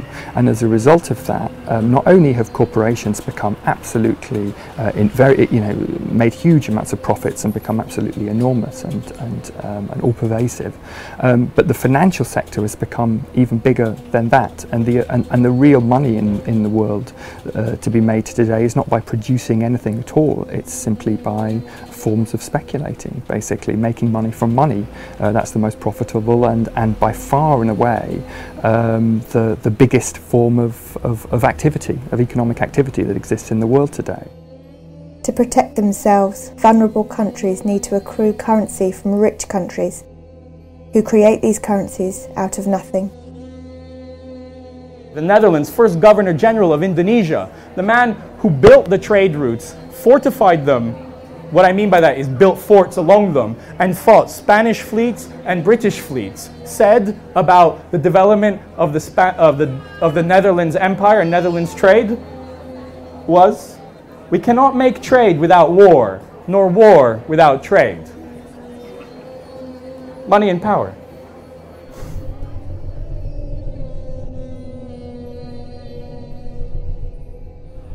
So reserves have become the way in which you can insure yourself against what? Speculation.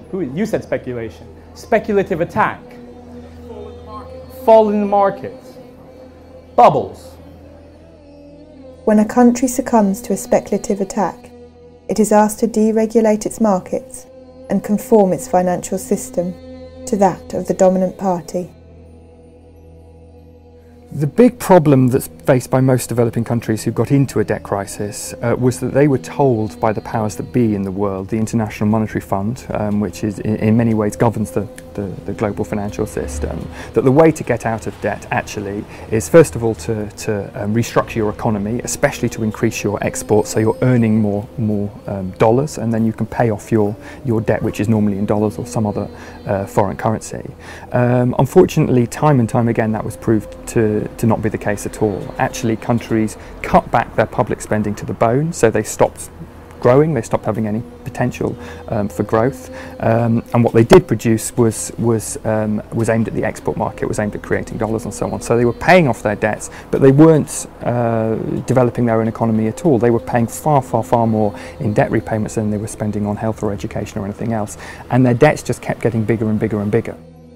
The country becomes a vassal state, allowing large corporations to exploit its natural resources and workforce.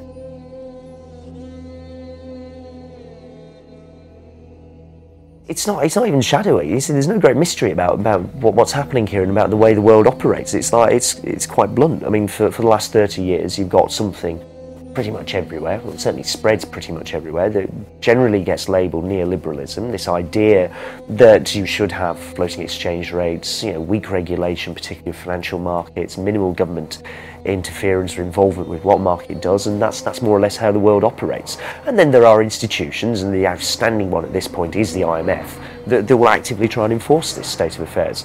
So it's not greatly shadowy, if you see what I mean, that there are people behind the scenes somewhere trying to manipulate stuff. It's actually, this is quite overt. This is happening, and this is how for my entire adult life actually is the way it starts to look like. This is how the world is operated, and it's made some people very, very wealthy. It's produced enormous concentrations of wealth. So when the International Monetary Fund comes in order to try and alleviate a country's debt problems, it imposes a set of conditions, and in the 1980s and 90s they called that set of conditions structural adjustment programme, and it tends to take very similar forms wherever it happens, and indeed we can see structural adjustment programmes in essence happening today in countries like Greece and Portugal and Ireland, where countries are instructed to decrease the amount that they spend on the public sector. They are instructed to liberalise their trade market and liberalise their capital market, so money can much more easily come in and out of their economy.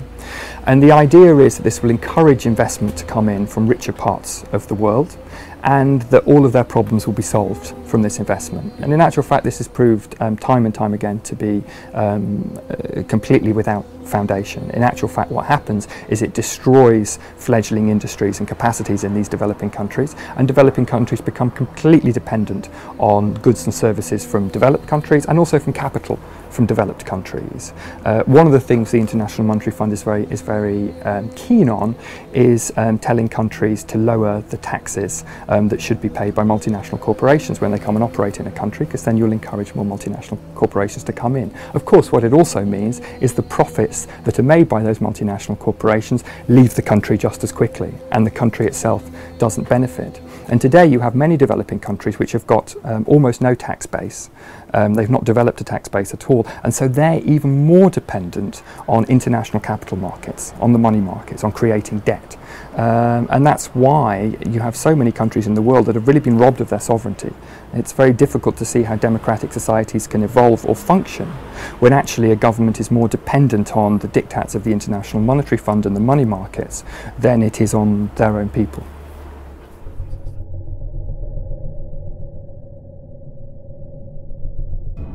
What we've seen since the 1970s is a dramatic increase in a series of phenomena that have had a stimulative effect on the changes in the financial system that have brought us to the gleaming, shining metal and steel business that's over there.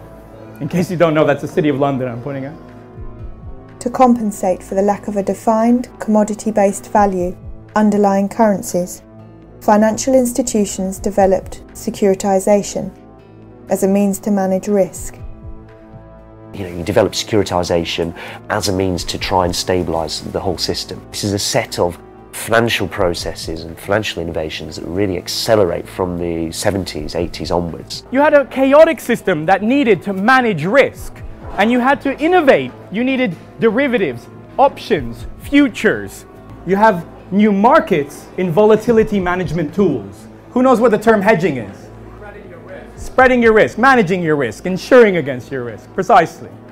Up until very recently, up until the 1960s, the Securities and Exchange Commission would be quite clear that derivatives that weren't based on real products, like agricultural products, so pork belly futures or whatever, would in fact be essentially a kind of gambling, and therefore you weren't allowed to trade them. That changes in the 60s, and everybody can trade, currency futures, things that are not based on real products being traded at some point in the future, but are based on movements of currency prices. Once you have the system of fixed exchange rates breaks down, obviously this thing accelerates enormously. So as you get the rollback of government regulation here, you get the market taking over with its own products here. And the theory is that the market's better at regulating itself, it's more stable than if you have the government interfering all the time. The efficient markets hypothesis, the idea that you set up a financial market, they're fast, everybody in them is well informed, they all keep a very careful eye on what everyone else is doing, it will therefore be very stable and it will reflect real changes in the economy. It's not going to be driven by panics and manias and speculative bubbles. None of this really going to happen. If there is movement up and down, it's because something real is happening and traders and investors in the financial market are responding to it. So that's the efficient markets hypothesis. The practice, and I think what you see in 2008 is a kind of end of that process. The appearance of a crisis so major, the belief that it will simply be self-stabilising and self-regulating really can't carry on. I mean, the practice carries on anyway, but you can't really argue in the same way that you used to, that it's good or it's necessary or this is okay for the world. In the last decade, we had a new innovation, something called the credit default swap, a way of buying insurance against the company you've invested in going bust. And in 2002, they were worth in total less than $1 trillion. In 2007, they were worth $60 trillion. That's 5 years. Everybody's suddenly sitting there and thinking, oh, these CDOs we've made don't in fact provide the kind of stability that we thought. The maths that's inside of them is complete nonsense, it turns out. There's far more risk attached to trying to securitise risk and securitise debt in the way that we have done this than we thought, and we think these things are now worthless. The attempt to get more and more complex ways of regulating and shaping a financial market and trying to make a quick buck out of it as well actually helped produce the opposite effect to what its kind of apologists said, which is that it led to a spectacular crash. What we saw as a result of this very different situation was one phenomenon above all, one sector above all grew, and that was the financial sector. While the financial sector benefits enormously from the current monetary system, the system is neither stable nor fair. The assumption in what the Bank of England does right now is that the cash that we hold is backed up by government debt. The government can back up its promises by the fact that it can tax the public. So what they're implying is that cash is backed up by government debt, when government debt is backed up by the ability of government to get cash from the public.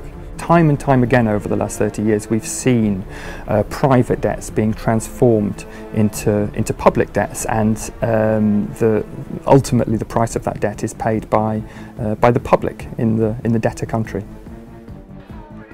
This is why spending cuts are necessary.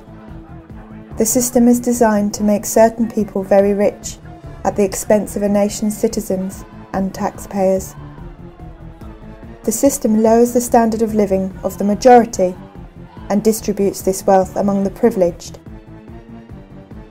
So what we're left with is a financial system since the early 70s that has no fixed exchange rates, that suddenly has increasingly open financial borders, that has central banks having to manage without having any control because there's nothing here where the gold used to be. Chaotically. They have to ease quantitatively. They have to lend as a lender of last resort. Throughout history, monetary systems were designed to give the dominant international power an advantage, and this power is fiercely defended and expanded on.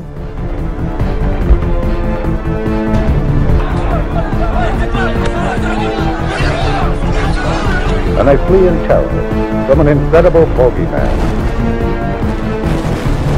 An American flag is burned at the height of the demonstration. Both President Johnson and Francisco Franco were vilified. A new low in public protest added strain on Spanish-American relations. Order in the court! Order in the court!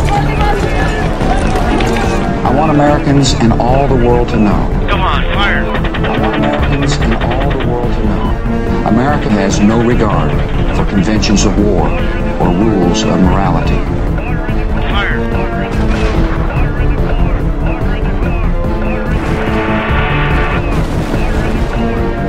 Objection overruled.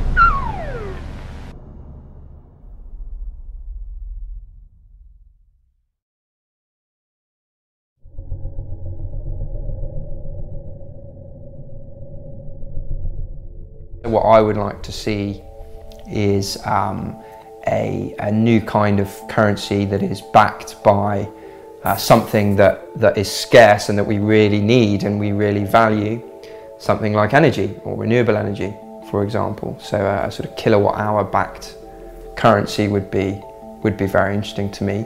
We need to start valuing the things that are most scarce and that we need to survive as a human race in the long run, and backing an international currency with something like that will generate enormous investment in, for example, renewable energy, if that's the primary international unit of account that's being used. Another option is a basket of currencies, so you mix up the value of different currencies to create a very solid currency that people have confidence in. Perhaps even better would be a basket of commodities with which to back up international currencies.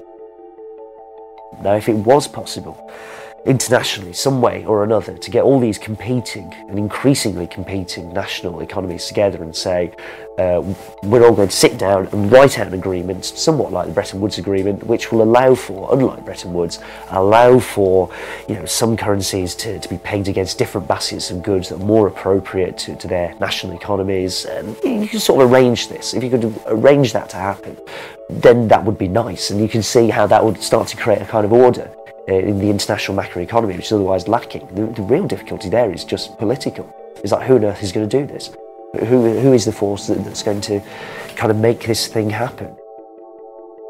Creating a monetary system which is both fair and stable is possible and can be achieved. What are international organisations for, if not for such a purpose?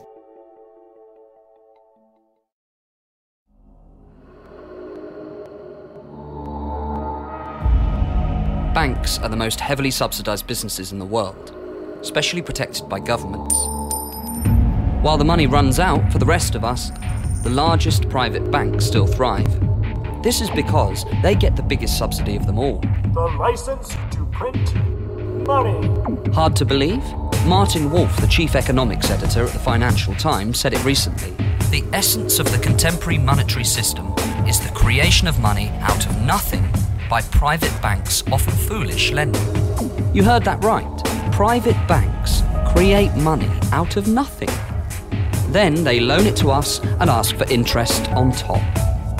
If you've ever wondered why the bank buildings around the world soar higher than any palace or spire ever did, you now have the answer. But the banks don't simply print money using secret printing presses in their basements. They don't have to. Like so many other things these days, printing money has now gone digital.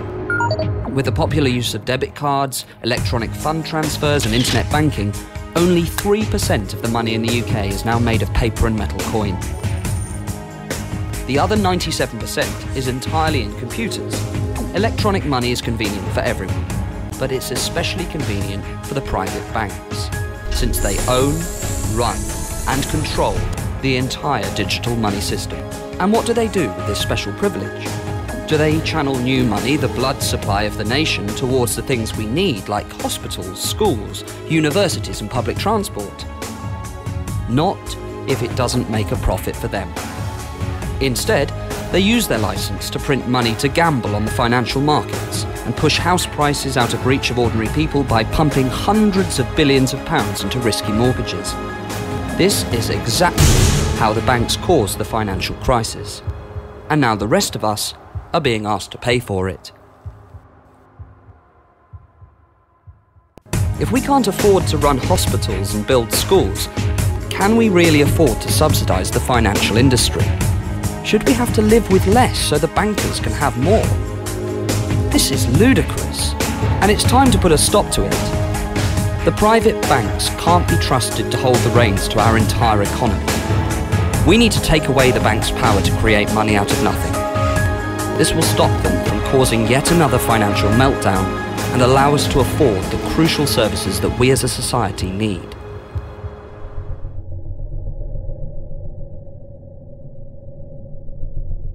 What does a progressive financial system look like? And I want to hear what some of you think. Who thinks, for example, that we should ban banks from creating money? Control over how money is created and what it's used for is a democratic issue. You currently have the banking sector, profit-seeking banking sector, not accountable to anybody other than themselves, who are creating up to £200 billion a year of new spending power and deciding where in the economy that goes. Monetary reformers believe that that entire money supply should be for the benefit of the public and should never be created by a private organisation as debt. Democratising the money supply, what that means is putting the power to issue and allocate money back into the hands of people, taking it away from private organisations, institutions that don't actually represent the people, that are not democratically accountable to the people. The banks aren't democratically accountable. They're accountable to their shareholders and their shareholders only. Now they're underwritten by us, by the taxpayer, but they're not accountable to us. That doesn't make any sense at all. So if you democratise the monetary system, you are subjecting it to the same kinds of discipline as the education system, as the health service, and other key publicly needed services. There's no reason that money should be viewed as any different. It is a fundamentally important service that everybody needs. I can't survive without enough money. Nobody can. So it cannot be controlled purely by this small elite of big banks as it is in the UK. We do need a different system. We believe that the activity of supplying a nation with money should be completely separate from the activity of banking. What we need to do now is update that law from 1844 to make the digital money real money. Real, it could be electronic money, but it needs to be classified as money. We just want banks to be like every other private organisation, private company in the economy, to be subject to market discipline. The problem is that now we're in this hybrid model where we have no control of how they spend the money, which creates our money, but also we're reliant on them to create our money. We're all constantly in debt. We'll be in debt pretty much for the rest of our lives, and the younger generations have it even worse than the older generations. I've just been reading a report from the United Nations Environment Programme, and they say we need $2 trillion a year. 2 trillion, can you imagine what 2 trillion is? It's a lot of money. A year to finance the greening of the economy, to move away from poisonous carbon, which is poisoning the atmosphere, to alternatives to carbon. When the banks collapsed in 2007-9, we found, according to the Bank of England, not me, the Bank of England tells me that we raised $14 trillion in a year to bail out the banks. So against that $2 trillion a year to bail out the ecosystem, is no big deal. This kind of model doesn't make any sense, either from an orthodox free market perspective, because these banks are monopolists. Effectively they monopolise credit creation, so they don't obey the rules of any kind of free market discipline, yet at the same time they're not producing socially or environmentally beneficial outcomes along any real kind of scale. All that money does is enable us to do what we can do. And once we get our heads around that, we can make money work for what we need.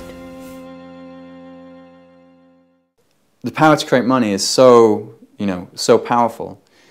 You've got to be very concerned about who has that power. If it's somebody who's going to benefit from creating the money, then they're going to have the incentive to create more than the economy actually needs. The same would probably happen if you give that power to politicians. You can't trust a politician to be trying to please voters and to have power over creating money at the same time. It's a real conflict of interest. The only thing you really can do is to give it to somebody who has no conflict of interest, an independent, transparent, accountable body. Money could be allocated according to the needs and desires of the population. Systems could be put in place to allow for direct democratic allocation of funds, either wholly or partially. A framework and rules could be established to incorporate up-to-date economic theory into how much money should be created and for what types of purposes. The government would no longer be able to get access to large sums of money to pursue armed conflict if this was not sanctioned by the populace. We would be able to see exactly what they're doing with the power to create money. We'd be able to see how much they're creating and where that money is going. And that's pretty much the only way we can get control over the power to create money and stop it being abused. The Money Reform Party was established in 2005, just after the 2005 general election. The idea of the Money Reform Party was that we would have this basic core issue that people would agree with. They might disagree on other issues, that's fair enough, there are different ways of going about it, but that was the idea, was to go for what you might call the lowest common denominator, to attract people with disparate views. Getting elected to Parliament is not the issue, it's getting the issue of money reform into the public domain, so that people will begin to talk about it.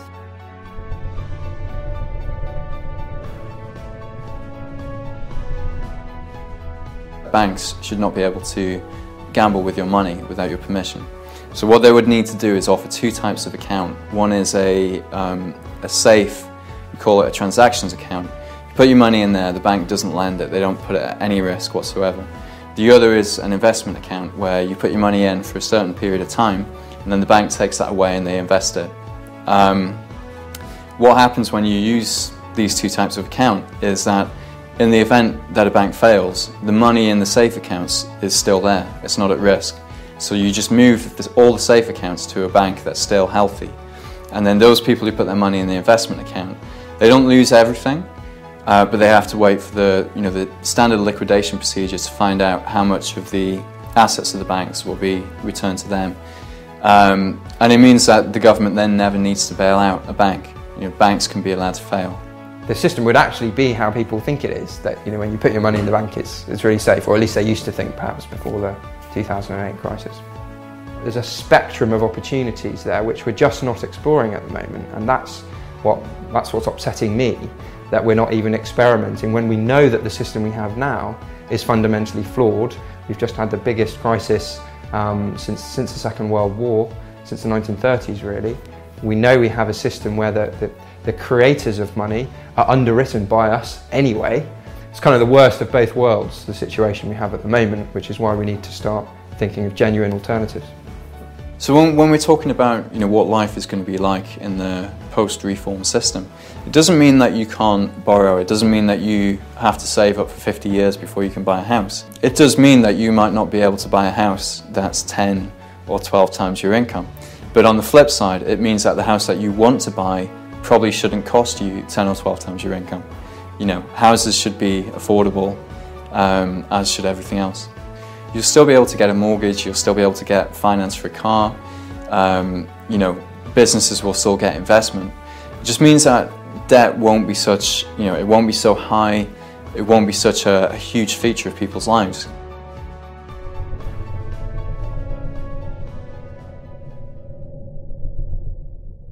Person-to-person banking has been around for a while. It's essentially the eBay of banking, so it allows borrowers and lenders to be put together in a marketplace. Default rates at the largest peer-to-peer lender, Zupa, are 0.7%. Risk is minimised by pooling funds so that each investor's contribution to a specific loan remains minimal.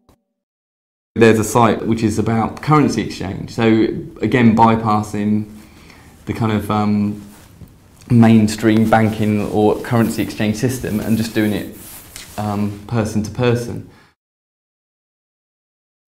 I think a lot of the interesting stuff that's going to happen around currencies and around money more generally is to do with the impact of the internet. My gut feeling is that we will see more and more of those types of systems. We will also see more and more applications and things using our phones that we would never have imagined. And I think we're only just at the beginning of that.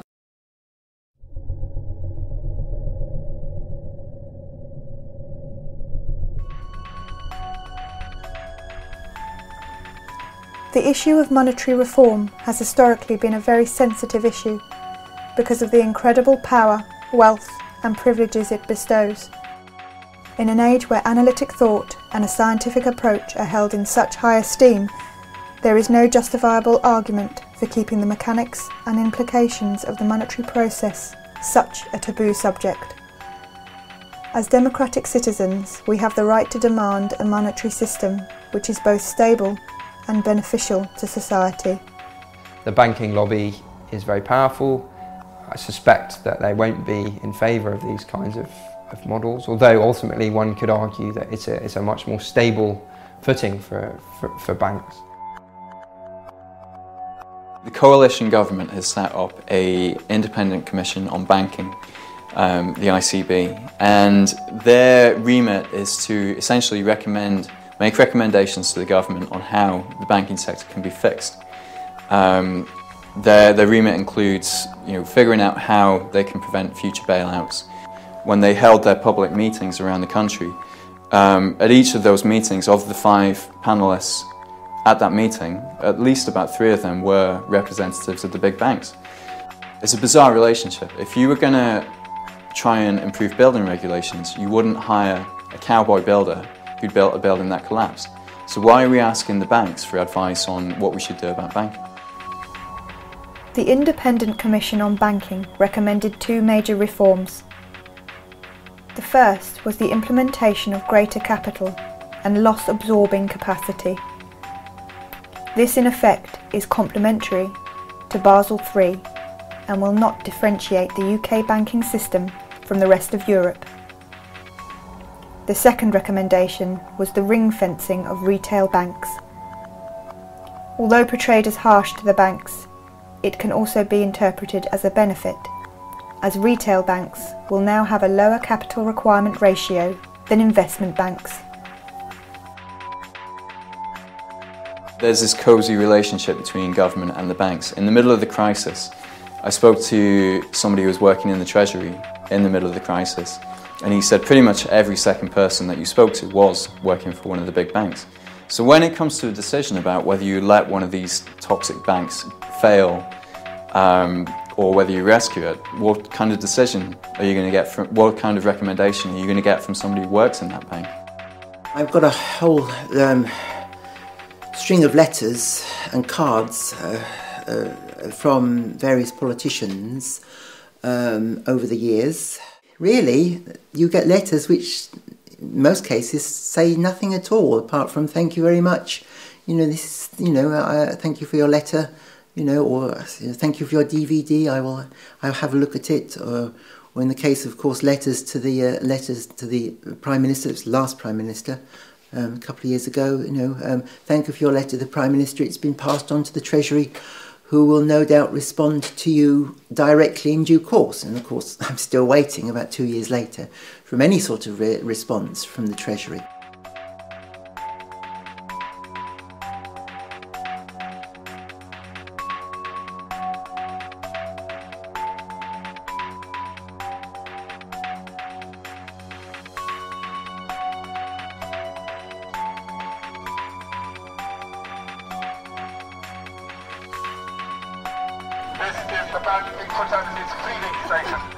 Banks' balance sheets are now 4 times GDP at £6 trillion.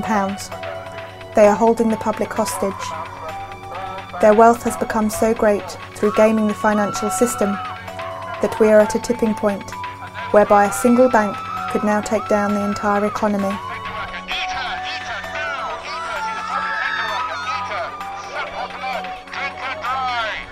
We can't let the banks go back to business as usual, because if they do, then all we're going to see is more debt, more poverty, more inequality, and another crisis in 5 or 10 years, which we're going to have to pay for again. It is a political issue, ultimately, because the reforms that are required can only be achieved by Parliament. They don't need a very big act of Parliament. All it has to do is basically prevent the clearing banks from creating currency based on the debt of their borrowers. That's it. You cut that. You stop that.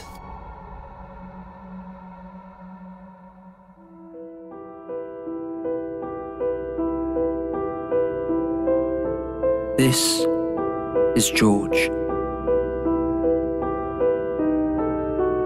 George worked in a big bank in the City of London. But one day, without warning, George's bank went bust. Luckily, the government rescued the bank and George kept his job. But the greedy government wanted something in return for their help. They demanded a higher tax on George's salary and bonus. For someone with a high-cost lifestyle like George, a shock like this can be devastating. Now George struggles to afford the rent on his riverside apartment in central London. The tyres on his Aston Martin are wearing thin and are barely road legal. Unless George's situation improves, or unless someone like you helps him, then George may even be forced to walk past the next Savile Row tailors and buy his suit from Topshop or Next. Even if George had anything to celebrate, he can no longer afford the champagne to celebrate with. George is not alone. Countless others are suffering like him, and no one knows how long it'll be until the good times return. But with your help, George can turn his life around. A simple monthly donation from you can bring a bit of sunshine back to George's life. Just £395 will help him celebrate minor achievements with a magnum of Cristal champagne. As little as £900 will help George buy a new set of tyres for his Aston Martin. £2,000 can help George recover his self-esteem with a suit from a prestigious Savile Row tailor. But even a small amount will help. Just £200 will buy a meal for George and his girlfriend Experience. Just £200 extra will buy the drinks. By adopting a banker, you won't just be supporting someone like George in a time of need. You'll also be supporting the trendy wine bars of the City of London, the luxury car makers of Italy, and the tailors of Savile Row. You'll be doing your patriotic duty to support Britain's greatest industry in its time of need. And when the good times return and George gets his bonus back, the taxes he pays will help fund the public services that the rest of you scroungers depend on. So please, until the good times return for George and those like him, will you give today?